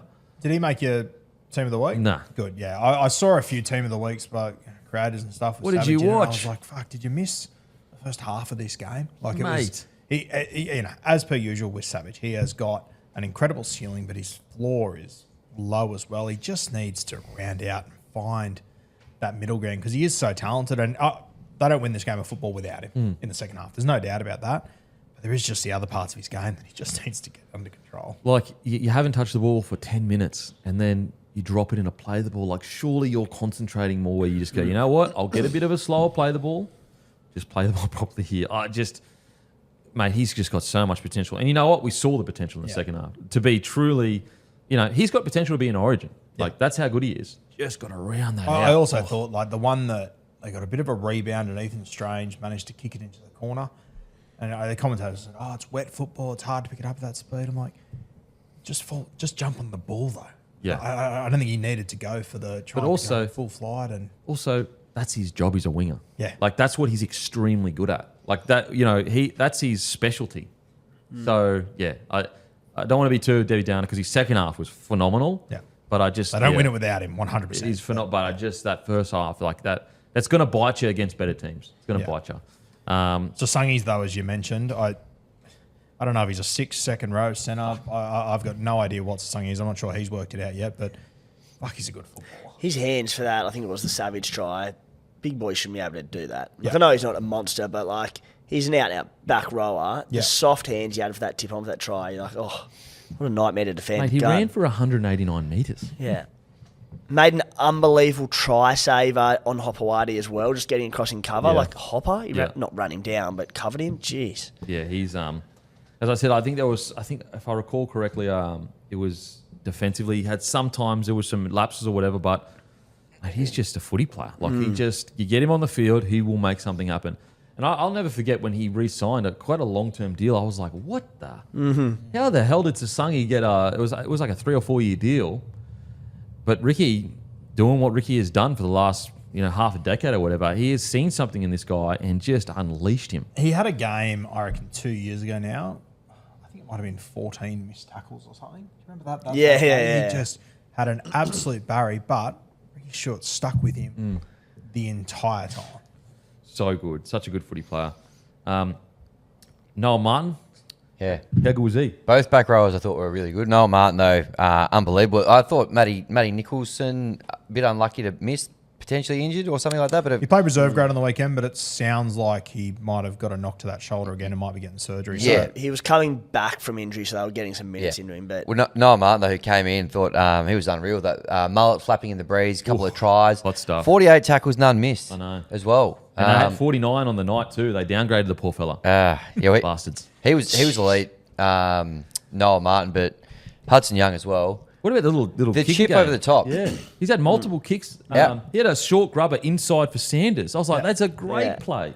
He was very, very classy. So, Narooma Devils, junior footy, shout out to Group 16, the Okay. mighty Group 16. Shout out. But a few of his numbers, like 15 tries in 19 Cup games last year. He was New South Wales Cup Team of the Year. 2 tries in 6 games last year in the NRL. 5 of those games, though, were of less than 25 minutes. One of them was a 2-minute game. So then he's opened up this season with a double as well. So just an out-and-out try scorer. And funnily enough, he reminds me of the bloke on the other edge, and that's Hudson Young, where, you know, he doesn't necessarily wait for the game to come to him. He reacts to what's happening in front of him. Like, when Kayo Weeks was scrambling across field, looking for runners, and he was getting nothing until he went into the line, and Noel Martin was flying off his hip. No one moved except for him. he's a bizarre footballer in that if you have a look at this game, he scored 2 tries. He had 9 touches of the football, which you might sort of sit there and like. Unlike Hudson Young, who has 25 touches of the football a game. This is what he does, though. He only has 8 to 12 touches of the football, even last year in New South Wales Cup. But every single touch, he makes it worthwhile. As you said, 15 tries last year, 19 line breaks in 19 games.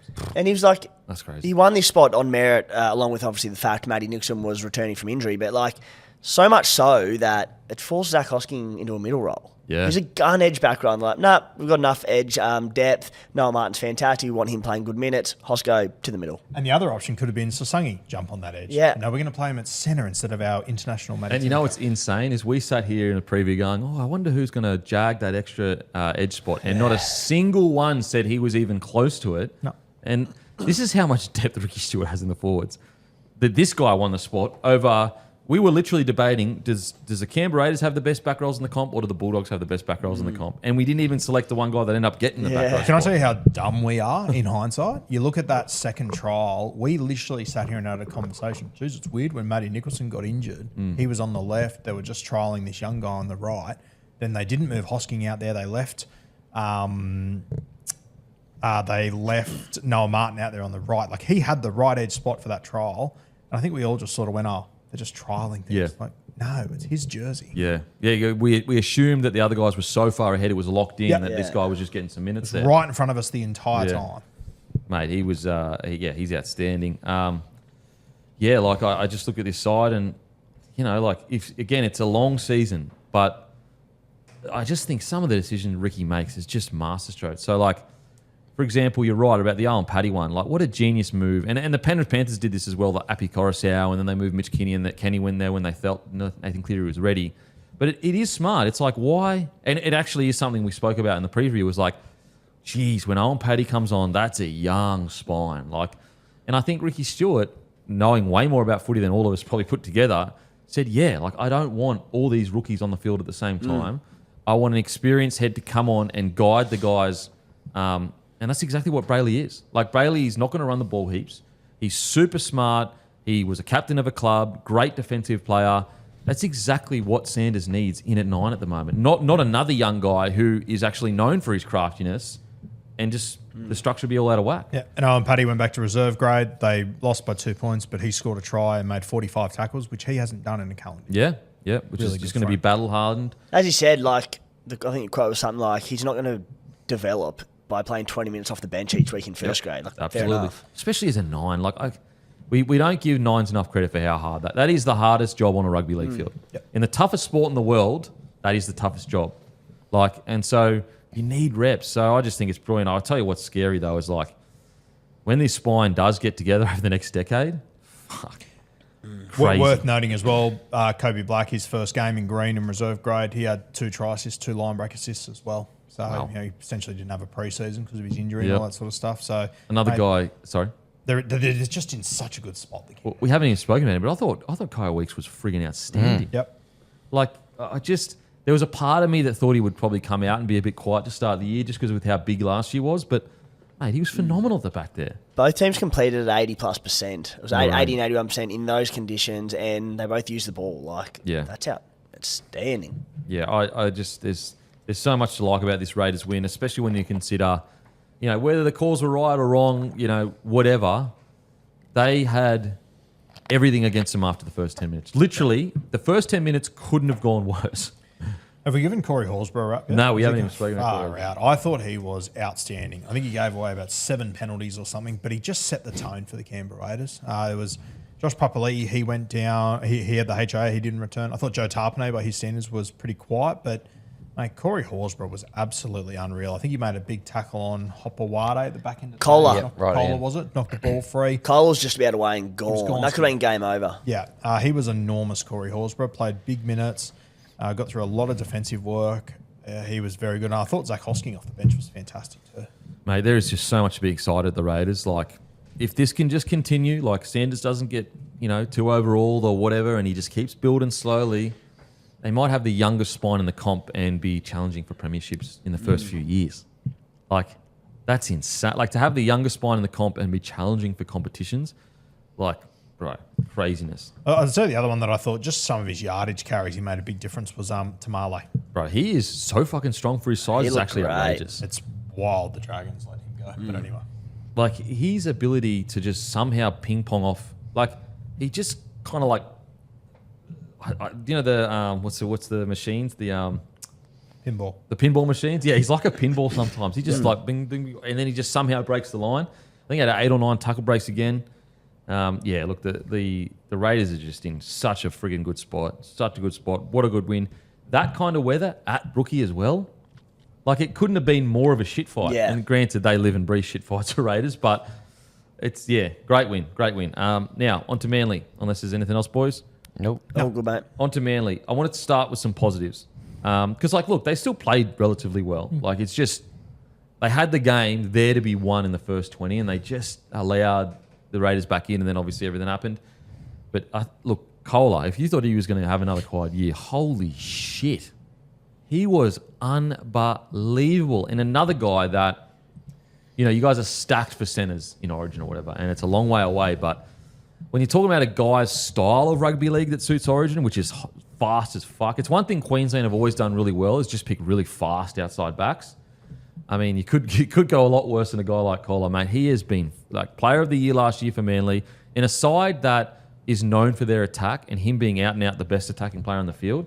I thought he was phenomenal. Yeah, he was fantastic. 200 run meters, but he was just involved in everything. As Tim said before, that Corey Horsburgh tackle was a huge one because he was Gornsky. Yeah. They weren't going to catch him, and that play there could have been game over.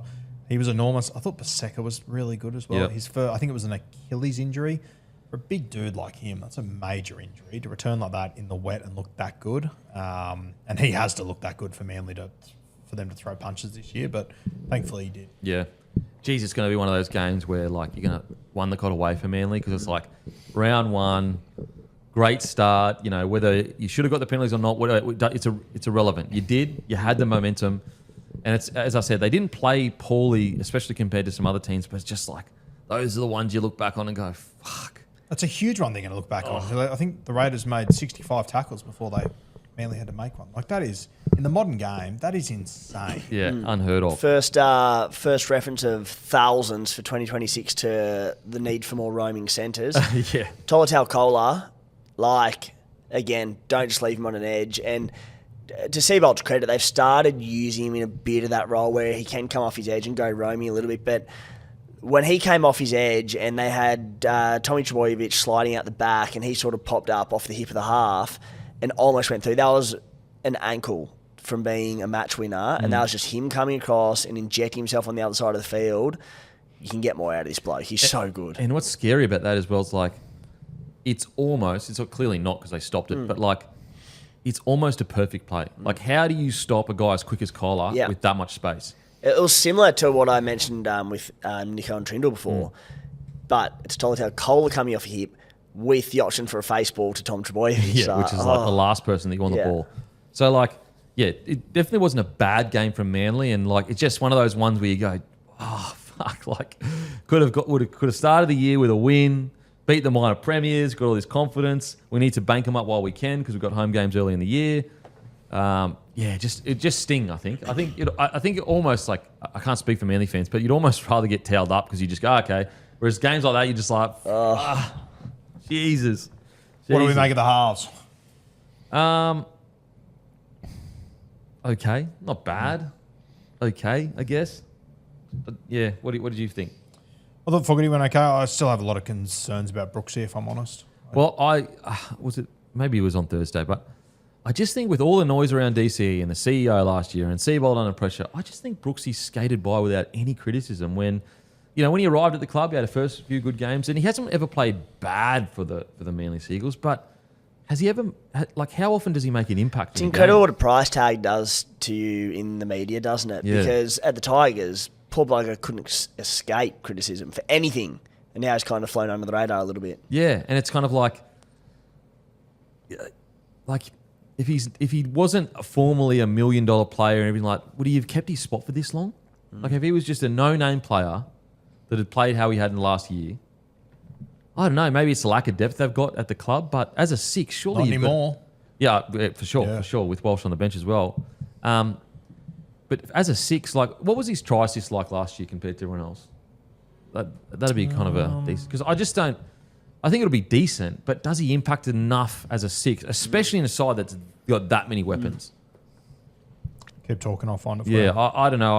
I'm with you though, Roo. I think Brooksy is truly treading water right now. 24 games, 12 try assists. So not, same as... So poor for a six. That's poor for a six. Yeah. Yeah, it's definitely not in the top tier by any means, yeah. Like, for example, the one knock on Burton is last year, like, I think it was last year, one of the years, whatever, try assists just weren't. And the knock is like our attack needs more. We need something there. Now, I will say, in Brooks' defence, and maybe I'm taking it back a little bit, DCE is so dominant that maybe that's what's taking the try assists away from him, and DCE plays more of a six role. But then you would think with Fogarty, it's now or never for Brooks. Like, Fogarty's not a dominant. Yeah, he'll get a lot more ball next year to Jamal Fogarty for sure. So, yeah, I just think it's now or never for Brooks. I think if he plays like this for another 3 or 4 games, I think you're probably going to see someone come in for him. How do we feel about them going up against Newcastle this week? Newcastle, big outsiders. I think Newcastle come back from Vegas. I think KP could absolutely cut up their middle. It's at Brookie, is it? Yep. It's a tough one. Takiaho out. Leafire. And they've just gone to Golden Point. I reckon that would have taken a lot out of them. Yeah, they've had a bit of a... yes, that's come out from Vegas. Had a bit of a week Sunday off. Arvo, Brookie, if it's dry, will suit him to a T. Suit Newcastle too, though. Yeah. I'll go Manly. Beautiful. Yeah, but anyone else, boys, in regards to the performance, is any other? No, remote. Yeah, Cole, the main one, covered him off. Oh, Turbo looked unreal. Oh, yes. Didn't talk. Mate, he looked... He moved well, didn't he? He looked like he was good to go. Mate, there was one 5 minutes to go, blokes down, cramping all over the place, and Kohler off that counter-attack had the line break. Turbo saw it and just took off, got to him in no time. I was like, oh, he's fit. Yeah. Like, he's good. And I tell you what, like, he plays such a unique style of footy, Turbo. Like, he's always on the ball, but he's good out the back. When he's fully fit, like, he can truly create something from nothing. Like, he can beat you one off the ruck, run like a front rower and literally score, or he can be swinging around the back and just make you constantly shitting yourself as to where he's going to go. Fully fit Tom Trbojevic is the best fullback in the NRL. It just happens so rarely. Yeah, him and Walshy, I'd say. Like, Walshy at his best. Yeah. Tommy Turbo, like, again, I'm talking about playing at this level that Walsh is capable of, that Tommy Turbo is capable of. Tommy Turbo has very few errors in his game. He's so reliable. Positioning is unbelievable. Defensive in the back line, support play, everything is unreal. Walsh has errors to his game. I'm not saying Tommy's perfect, but there aren't a lot. Yeah. It's just that he's never fit. Yeah. Last thing I'd throw in there on Manly, I cannot believe we're in 2026 and Gerbo's playing 60 minutes. And he ran Maybe for it had 40 something metres? to do with the Takiaho injury, but to to watch Gerbo play 60 minutes and Nathan Brown play 22, I find that a little bit hard to get around, boys. I think that Gerbo's been a great player for a long, long time. And I'm not saying he's got nothing to offer. I just think those sort of minutes for him, I think they're a little bit past him. And I think, unfortunately for him, it's not his fault. But I just think the game has just moved away from him over the last few years. He played 60 minutes. He ran for 51 metres. Now, I know he's more of a defensive player, but it's just like similar to the Lindsay Collins too a little bit. Obviously, Lindsay Collins has probably been a bit better recently. And I understand he's out there for spiritual leadership and he brings so much to it, but it's like, surely he's a front rower now that you put on for 20 and say, mate, just give me everything you got for 20 minutes and then I'll have you on the bench ready to go just in case. But even, mate, like you say he's more of a defensive player, which he is. Like, I know tough conditions, round one, all that. He missed the tackle on Ethan Sanders, slicing straight through the middle of the field. Like that, no player should be scoring that try. Yeah, no, I'm with you. I'm with you. No, you're right. Yeah. He is a defensive lock forward. Yeah. As opposed to an attacking, big meter running one, and you can't be doing that. I just think laterally he's slowed down so much over the last few years. And the game's only got quicker. I understand they don't really have anyone else there, and I get that. But he's 32. He's the kind of bloke that I would have at my club for the next 3 years, just to be around and play limited minutes and just do a job and be Mr. Reliable. But as you said, the days of big minutes and key role, I don't know. Yeah, we always say that, being the age 30 now isn't as scary as it was 10 years ago. I kind of feel like for Gerbo, it feels like it's 50. Well, it just depends what you've done in your career. It just depends. And he's put his body through it 100%. That's why I'm saying he's a champion of our game. He's a legend. But that goes without saying. I think, goes without saying how much we respect and admire his career and how good he is. But me personally, I think if his name wasn't Jake Trbojevic, he would be probably getting 20 minutes off the bench and he would be kept in the 17 for all those intangible things that he offers. Yep. I mean, there's a reason why Michael Maguire selected him in Origin. But I'm with you, Roos. 60 minutes in today's day and age when you've got, I mean, they recruited Kobe Hetherington, who killed it in the grand final. And they've got guys like Ethan Bullymore as well, Nathan Brown. So although I do get your sentiment of they don't really have anyone else, they got someone, Yeah, well, this is what, I want to try and give some credit to Manly that maybe this wasn't the plan. Maybe they were forced into this because they had Takiaho go down with the HIA. But I also look at last year, for me, they had Jazz Tavanga there who would have been a perfect guy to play at 13 and get through a heap of work for you there. They let him leave the club and they were playing Gerbo over him anyway. And I can't really make sense of that. Yeah, I think it must be leadership on the field. It must be communication. Yep. And to be fair, when that field goal was happening, there was only one bloke trying to charge it down. Yep. But I am with you. I don't think 60 minutes in this part of his career, especially when he's already kind of alluded to potential retirement. I think, if I recall correctly. No, he said that the other day. He said one more head knock and this could be it for me, so it's another red flag. Why is he on there for 60 minutes then? If he's one head knock away from retirement, what's he doing on there for 60 minutes? What? Yeah. Anyway. It sucks to talk about, but I think it is just... It's just a reality. I think it's very glaringly obvious. It's a reality. It's a reality. If I had any excuse to not talk about it, I would try to go down that excuse, but unfortunately I just don't. Look, very disappointing in regards to the game was there to be won, but I thought they played pretty well. Yeah. If they could just get a bit of that tougher underbelly, I reckon these games that they lose that are super close, they'd win more than they lose for sure. And I mean, just going back to the Gerbo stuff, I use Nathan Brown as my example. Kobe Hetherington's there. That's what I said. Yeah, Kobe sorry, Hetherington got recruited. I thought you were talking about Brown, yeah. No, Hetherington got recruited and he killed it in the grand final. Yeah. He's sitting on their bench. Frustrating. A lot of their players, who else has played that well in a big game? Anyway. Okay, now on to the next game. Rabbitohs defeat the Dolphins 40-30. Yuck scoreline. Jesus Christ. 40-30. How do you score 70 points with it been pissing down rain all day, raining through the game? The over-under was 43.5 as well, so... Jesus. Yeah. Far out. Jesus. But outside of the 30 points that got leaked, and for probably 60 minutes of the match, is whether you want to say it's because they got penalties or whatever, I thought the Rabbitohs looked... When the Rabbitohs looked engaged in the game, they looked unstoppable. Yeah, they look dangerous. I can't wait to watch them every single week. Yep. Hopefully they just stay injury-free. But, mate, I thought Cody Walker Tim made the point during the offseason, everyone's saying he's injury prone and everything. He's realistically had one season where he's been hurt. That's the reality of it. He, the other day, I think right now the game is faster than it's ever been. And for him, it's slower than it's ever been. He's got so much time. It's insane. And I think the wet weather yesterday, I think that probably limited Dave Fafita's impact to some extent. I think he just wanted to get through this game without having a few errors and whatnot. Mate, when they get a dry track and they're humming down that left edge, like the Roosters matchup this week, I can't wait for. They are Hollywood's house. Mate, when that try that he got disallowed because his foot just went out was like, what? Do you know how hard that is? He had no room to work with.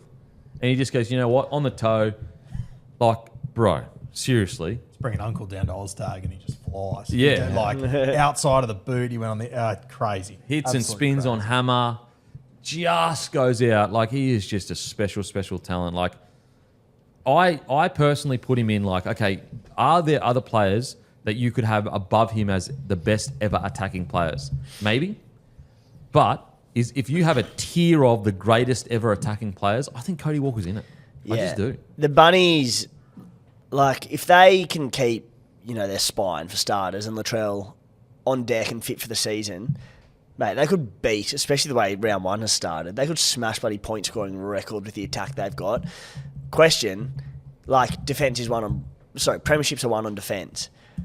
I'm not saying the Bunnies won't have better defence than this. I'm certain that it'll get better, especially under Wayne Bennett, all these sorts of things. But, like, could they be a team that they have so many points in them that they don't necessarily need to be a top 6 or a top 4 defensive team because of how much attack they've got in them? I know if you look at the back end of Broncos season, they improved defensively, but they bucked the trend last year to a degree. Yeah. Like, I don't think they definitely weren't in the top 4 for defense, if I recall correctly. So maybe the game's changed so much for attacking style they could. Holy hell. Jeez, they look good. Just on Cody Walker before we move on, there's been 82 guys in the history of the game that have scored 100 tries. He's a 5'8" that did it when he debuted when he was 27. Like, those numbers are actually insane when you think about it. You go through this list of dudes, and the only halves that are on there are guys that have played, 15-year careers. Imagine if he played 15 He might years. still play a 15-year Yeah, you never know, Cody Walker. But crazy. 4 forced dropouts and a 40-20, which you boys said to me pre-show, the first he's ever hit. That's crazy. What? Wild. That is wild. Mate, he is just a special talent. And then you go look at his line breaks, his line break assists. Oh. You know what I'd love? Random stats guy, if you're watching, mate.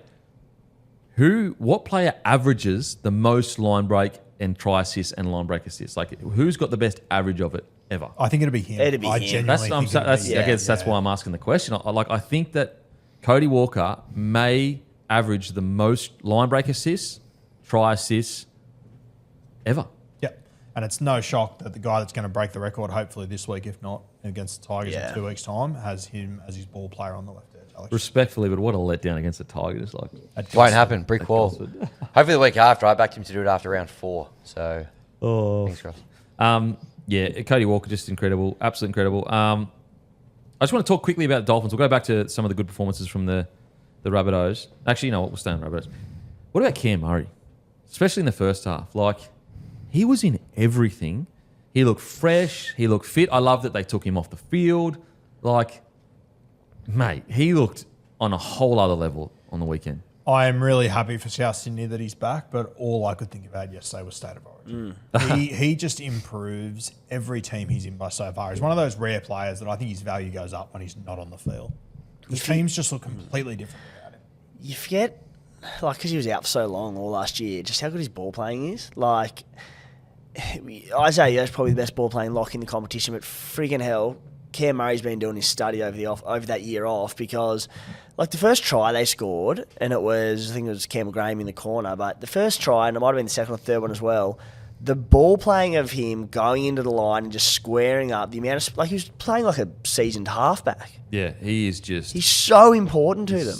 And like, the problem for defences is, now that he has... I mean, he's always had ball playing, but it's getting better and better.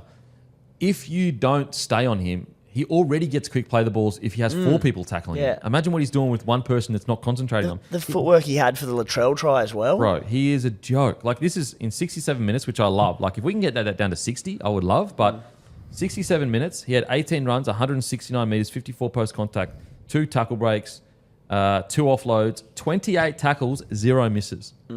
Like, very rarely do you see a guy that has, like, both ends of the spectrum sorted. Great, incredible attack with incredible ball playing, heaps of meters, no errors. I think no errors. Yep, no errors and no missed tackles as well, 28. Like, bro, he is another level. And there was one set where they went down and scored, I'm pretty sure, where it was like him, then it was Fafita, then then Mamazalis threw that dummy, split the markers, and it's just like, if these guys can just defend pretty good, they will tear teams apart. Absolutely tear teams apart. So it was Murray quick play the ball, Fafita quick play the ball, or relatively quick play the ball. He skittled the markers. Mamazalis, dummy, go. He goes through, and then a try assist for Gray to go over. Like, that doesn't even include guys like Joey Arrow if he does come back, whatever's happening there. I thought Totola was great as well. I thought he had a great game. Like, they are just... I thought Aitken was outstanding Aitken was as well. unreal. Yeah, like, he was sensational, especially when he moved to the middle. I thought he was great. Like, they are looking red hot, absolutely red hot. I thought Fafita was great. I loved the fact Fafita's first run, guess who it was on? Katoa. First run that he had in the whole game was running straight at Katoa, just to go, you're here all day, bro. Yeah. And then he's hit and spin on Katoa. I will say, look, obviously Katoa needs to make that one-on-one tackle, but have a reload, bro. If your three-man has to defend Dave Fafita, don't shoot up out of the line, leave your man by himself to try and take Fafita one-on-one. Please just stay square. Like, I understand he's trying to do the right thing by shooting him behind Joe Gray, shut the play down, but, mate, please, like, you got Fafita running there. You got to just sit there and stay square to help your man out. He took an intercept not long before it, and he had a vision of doing it again. And he shot up, and then got caught in no man's land. Fafita just went, thank you. Like, like, I'd get it maybe if it was just a normal back row, but Fafita, like, against Katoa, like, surely stay with your man. And I'm not taking any responsibility away from Katoa. You're an NRL 7. You got to make those tackles. But fuck, the last thing you need is your outside man shooting up and he's got all this space outside him to hit and spin. But yeah, Fafita. And like, what's crazy, what I like about Fafita is, like, I think he had like 5 runs in the first like 15 minutes or something like that. And he was still, before getting binned late in the game, he was still trucking it up real late on. Like, he's in good Can we nick. talk about that binning? Bro, pet hate. Okay, so this is basically what happens. So him and Flegler, bit of a push and shove, whatever. They get warned. Dolphins get warned. Then Gilbert comes in and just silly footy, but it's rugby league, tempers flare, pushes him, gets a penalty against him, and gets 10 in the bin. Bro, if you go back and watch that footage, David Fafita literally did nothing, and he got sent 10 in the bin. Look, if you want to even it up, at least send someone that ran in. Why is David Fafita getting sent 10 in the bin when he stood there and got pushed? If you go back and watch the footage, he didn't even grab a jersey. He's just getting pushed like that. He's got his hand on the shoulder, just like that. Why is he getting sent 10 in the bin? Like, it's such an easy fix, but it's almost like lazy reffing where they go, I'm not even going to bother asking my touchy who ran in. I'm just going to send the guy because I think he's the right person to send. This doesn't make any sense. It's embarrassing, but I'm also so used to it now in the end. It's like, oh, someone's got to get binned because someone grabbed a bloke on the jumper and gave him a little push. It's like, well, this has been happening for years. I'm just like, I'm almost numb to it, seriously. Why get sent 10 for the bin when you do nothing? Send the right guy. Like, if Latrell ran in, send him. If whoever ran in, send him. But you send Fafita. Like, what if there's the game's on the line and Nathan Cleary gets pushed around and then Liam Martin runs in and they send Cleary for 10? Or just send no one and play footy. Fuck. Yeah. Seriously. Great point. Thanks, mate. Great point. Keon's game. Oh, bro. 220 metres in the first half alone without a line break or a tackle break.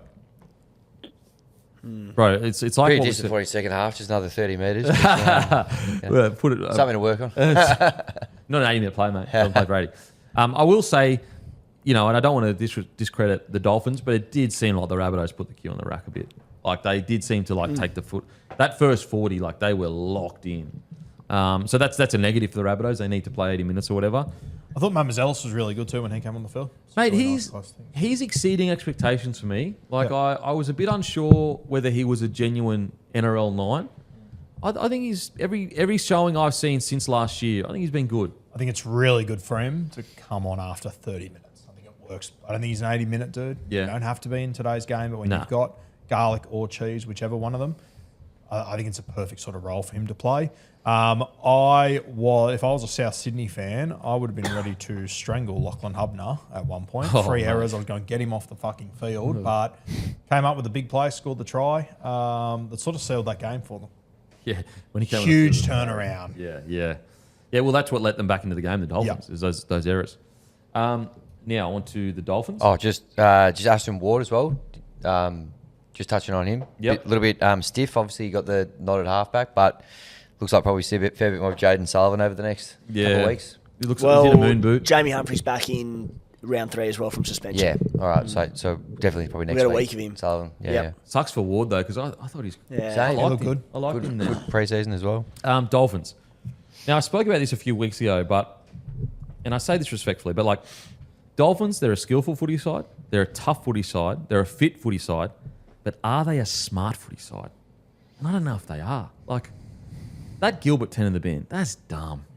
Like just pointless stuff. Like, and I just think they get drawn way too quickly. I understand that they want this style of hyper aggression and we won't take a backward step, but I just think they need to play a bit smarter. Like Gilbert, the game's kind of on the line to a degree. Like I know it's pretty much over, but like what did Gilbert gain by doing that?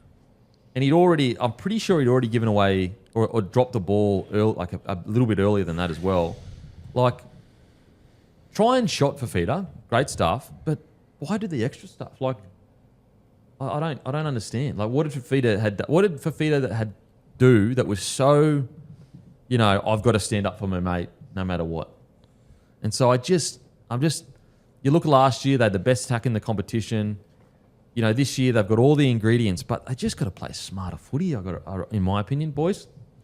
Yeah, no, I get where you come from. We've spoken about it a lot over the last year or so in particular. This injury run to start the season for them too as well is fucked. I think Max Plath played reserve grade, but apparently they lost Kurt Donohoe to not anything to do with the Dolphins to injury as well. I don't know what the story is there, but a huge loss there. Fucking hell. As in he got injured away from I think footy. he did his hamstring away from Sure. just a nightmare. But yeah, fuck. He's a huge loss for them as well, Yeah. Donohoe. Yeah. Essentially meant they had to grab, I think it was Wolf, who's... So they put Plath in reserve grade.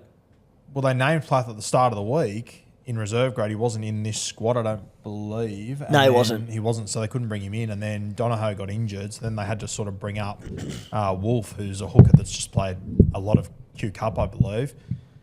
Yeah, clusterfuck. Look, and I've said this before, and look, we have to treat it like other rookies that kind of come in, but it's going to take time with Morgan Knowles to adjust to NRL standard. This idea that NRL and Super League they're not. It's just that simple. Yes, there are some good teams in Super League. Sure, I'm not discounting that. But overall, it's a different standard of rugby league. I'm surprised that they are so locked in where Plath, I would have thought Plath would have at least been on the bench for this game to ease him back into that 13. But I do think if Plath is fit, I do think, and he's fit enough to kind of start a game, I do think Morgan Knowles probably needs to ease his way into, like, plenty of talent, good solid footy player, but I've just seen so many mistakes that he's made that are just brain explosions over the last couple of weeks where I reckon probably going to ease a bit of pressure on him if you do bring him off the bench. The escort penalty, some of them, knock-ons, just stuff like that, where I feel like you're probably going to take a bit of pressure off Morgan Knowles if you bring him off the bench. Super tough player, plenty of potential. Yes, I do believe he will be an NRL player and he's good enough to be one, but I just reckon that first of all, I reckon Plath's a better player. But second of all, I reckon he's just probably not ready to be a starting NRL player just yet. Yep, I think that's fair. I think that, just the situation they had yesterday with Gilbert returning from injury, Flegler returning from injury, I agree with you. I think Plath is, if he can play reserve grade, I think just fucking pick him down. Surely, like, we're talking about a guy that's essentially origin level, essentially. Yeah. Dare I say, maybe they just thought, whilst Donohoe's there, it'll be okay. We'll play Brad Schneider and hooker, and then we'll use Donohoe as a middle as well. Like, I'm sure if they had their time over again, that they'd do it differently, but I'm expecting him to be there this week. What'd you make of Tommy Flegler, first NRL game back? Okay, it's a long plan for him. Like, I know he came back and killed in the trial, but there's a lot of energy or anything like that. But I think you just got to give him time. Yeah. What about yourself? No, I like what I saw. I think he'll be good for the run. I think as well when you come back from injury to get conditions like that, probably not ideal realistically. End up against a red hot side as well. What do you reckon about Morgan Knowles in the play situation, Timmy?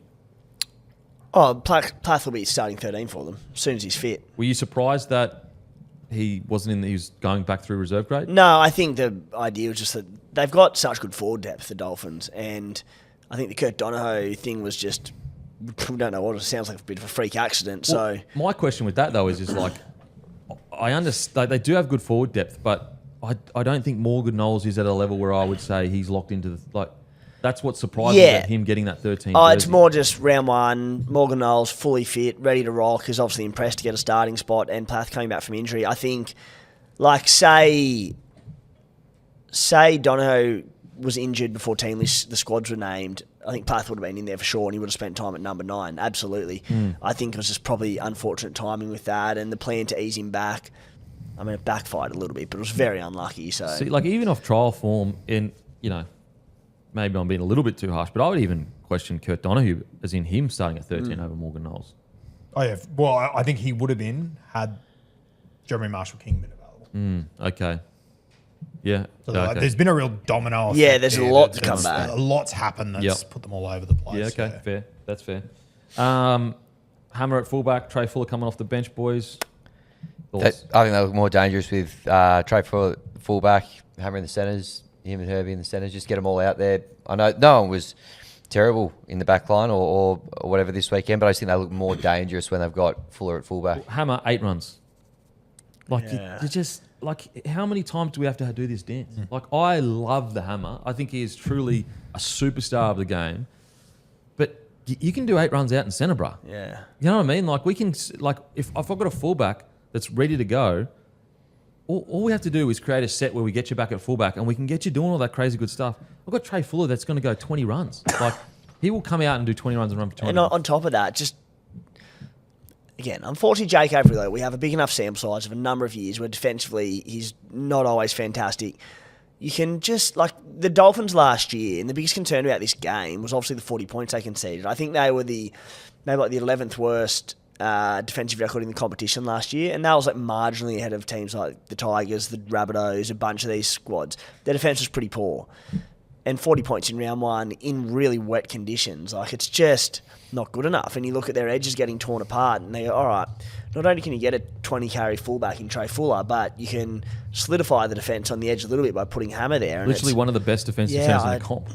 Seems logical to me. I can't believe, one, how long they waited to get Trey Fuller out there yesterday. They obviously structured their interchange to make sure they were going to be able to get Trey Fuller on there. And they put him on with about 8 minutes to go. I think they left it 10 or 15 minutes too late. And 2, I cannot believe they put Trey Fuller at right centre and left Hamiso at fullback. Yeah, I don't know what's going on. What is doing there? I don't know what Trey Fuller has to do at that club for them to utilise him there. The only thing fullback. The only thing I can think of is Wolf is trying to send a strong message to Hammer, you're my guy. That's the only thing I can think of. And he's trying to do the Wayne Bennett method of like, you're my guy, you're my guy, you're my guy. Confidence, confidence, confidence, confidence. And that's going to draw the best out of the Hammer. Yeah, I think if you play him at centre, he can be the best centre in the league. He's a rep centre. He's an incredible rep centre. Like unbelievable rep centre. Yeah. Like genuinely locked up some of the best centres in the game that never get locked up and also carved some of the best. And it's a case of, hey, play centre, but do whatever the hell you want. Yeah. It's bizarre to me. You've got one of the best defensives. Defence is your issue, and you've got one of the best defensive centres of the game sitting at fullback.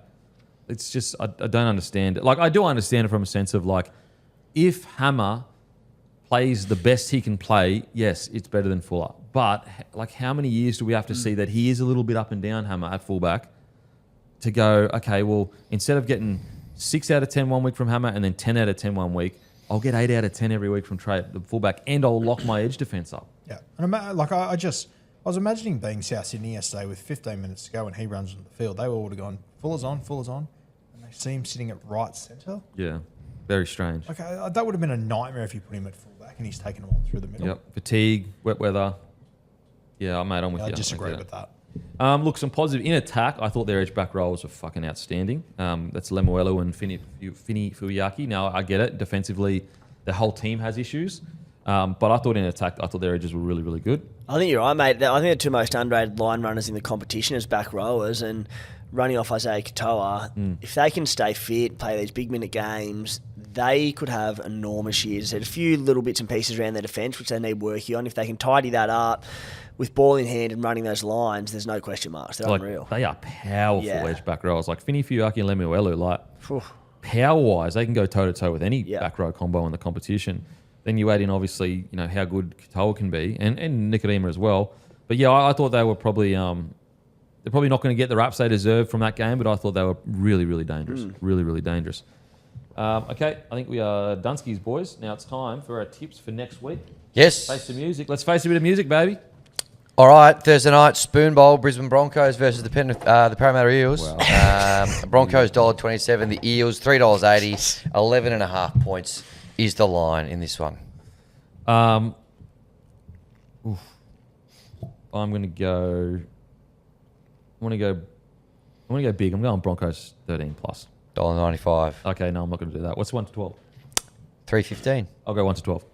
I did the exact same thing. I think whoever wins this is winning 13 plus. I saw $1.95 and went, no thanks. Yep. I'll take the punt on Brisbane being a tyre fire. Parramatta 13 plus. Yep, $11. I like that, Rude. No, he used to. Oh, That's fucking you, My mate. bad. it's funny. Yeah, Can't I be like, throwing stuff off the table. yeah. As your casual weekend tip, it's Broncos, but we're here to find some value for the punters.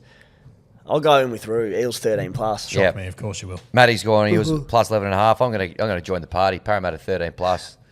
Let's go. Come Premiers, on. reigning premiers, Let's baby. go. That's, Might as well that's leave- with a lot of hate. Leave that clown makeup on for next week. A lot of hate. All right, next game. Warriors $1.86 host the Raiders $1.98 over there in Auckland. 1.5 is the line.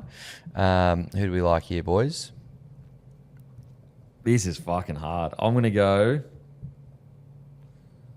go Warriors 1 to 12. $3. Yeah, Wars 1 to 12 from that. Raiders 1 to 12. 305. Matty's gone with the Raiders plus 1.5. I'm just going to go Raiders head to head. $1.98. I'm going to take that. Then we go to the Roosters.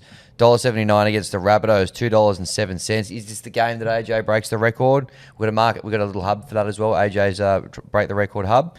The Roosters. The line is 1.5 points. I'm going to go Rabbitohs head to head. Yep. I'm going to take a little flyer on Bunnies 13 plus. $4.75. I'm just going to go Bunnies head to head. $2.07. Matty's going to take the Rabbitohs plus 1.5. I reckon I'll go the Rabbitohs head to head as well. $2.07. On to Super Saturday. We got the Mighty West Tigers kicking off their season. $1.52 when they host the Cowboys. $2.54. 4.5 is the line at the 8th wonder of the world. Cowboys head to head. Yep. Okay. Wrong, but okay. Give me Cowboys 1 to 12. $3.50. What's going on? I'll back you, Hammy. I'll go Tigers to cover. Yeah, nice. Matty has gone Tigers to cover as well. Tigers 13 plus for me, $2.80. The Dragons, $2.96 host the Melbourne Storm, $1.40, who looked very good last week. The line is 7.5 points in this one. I'll go Storm 13 plus. $2.30. Dragons plus 7.5. Yep. Yeah, tricky one. I'm going to go Drags with the start as well. Yeah, Matty's gone Dragons plus 7.5. I think the Storm to cover for me. Storm minus 7.5. Penrith Panthers, $1.40 host the Cronulla Sharks. $2.96. Looked all right the other day, the Sharkies. Line is 7.5 points. Panthers 1 to 12. $2.75. I thought you might do it for a second there. Panthers 1 to 12. Out in the What, go 13 mighty... plus? No, I thought you might go Sharkies. Yeah, Sharkies 13 plus. Yeah. Yeah, nah. Out thought in, about out in the beautiful Bathurst, Panthers 1 to 12. $2.75. Matty's going to go the Panthers minus 7.5. I'm going to take the Sharkies head to head. $2.96. Thought they were good the other day. Manly $1.57 host the Newcastle Knights. $2.41. Rue didn't mind the value earlier in the show. 4.5 points is the line at Four Pines Park. Manly 1 to 12. $2.95. I'm going to go Knights 13 plus. $5.75. Manly to cover. Okay. Matty has gone Knights with the start. I'm going to go Knights with this. No, I'm just going to go Knights head to head. $2.41. Then to bring us home, Dolphins $1.37 host the Gold Coast Titans. $3.10. 6:15 Sunday game. We love those. 8.5 points is the line. I'm going Titans 13 plus. Oh, $8. I'll go Titans with the start. Dolphins 13 plus. $2.20. Matty's gone Dolphins -8.5. I'm going to have to go with Matty there. Dolphins -8.5 to bring us home. There you go. That's Face Music. It's footy season, guys, so follow us on the feed. We've got all our multis there. I think that's make sure to follow the route, follow Timmy, follow Hammy, follow Matty. I think we're all done. As usual, we'll all go fuck ourselves. Thank you. What's gambling really costing you? For free and confidential support, visit gamblinghelponline.org.au.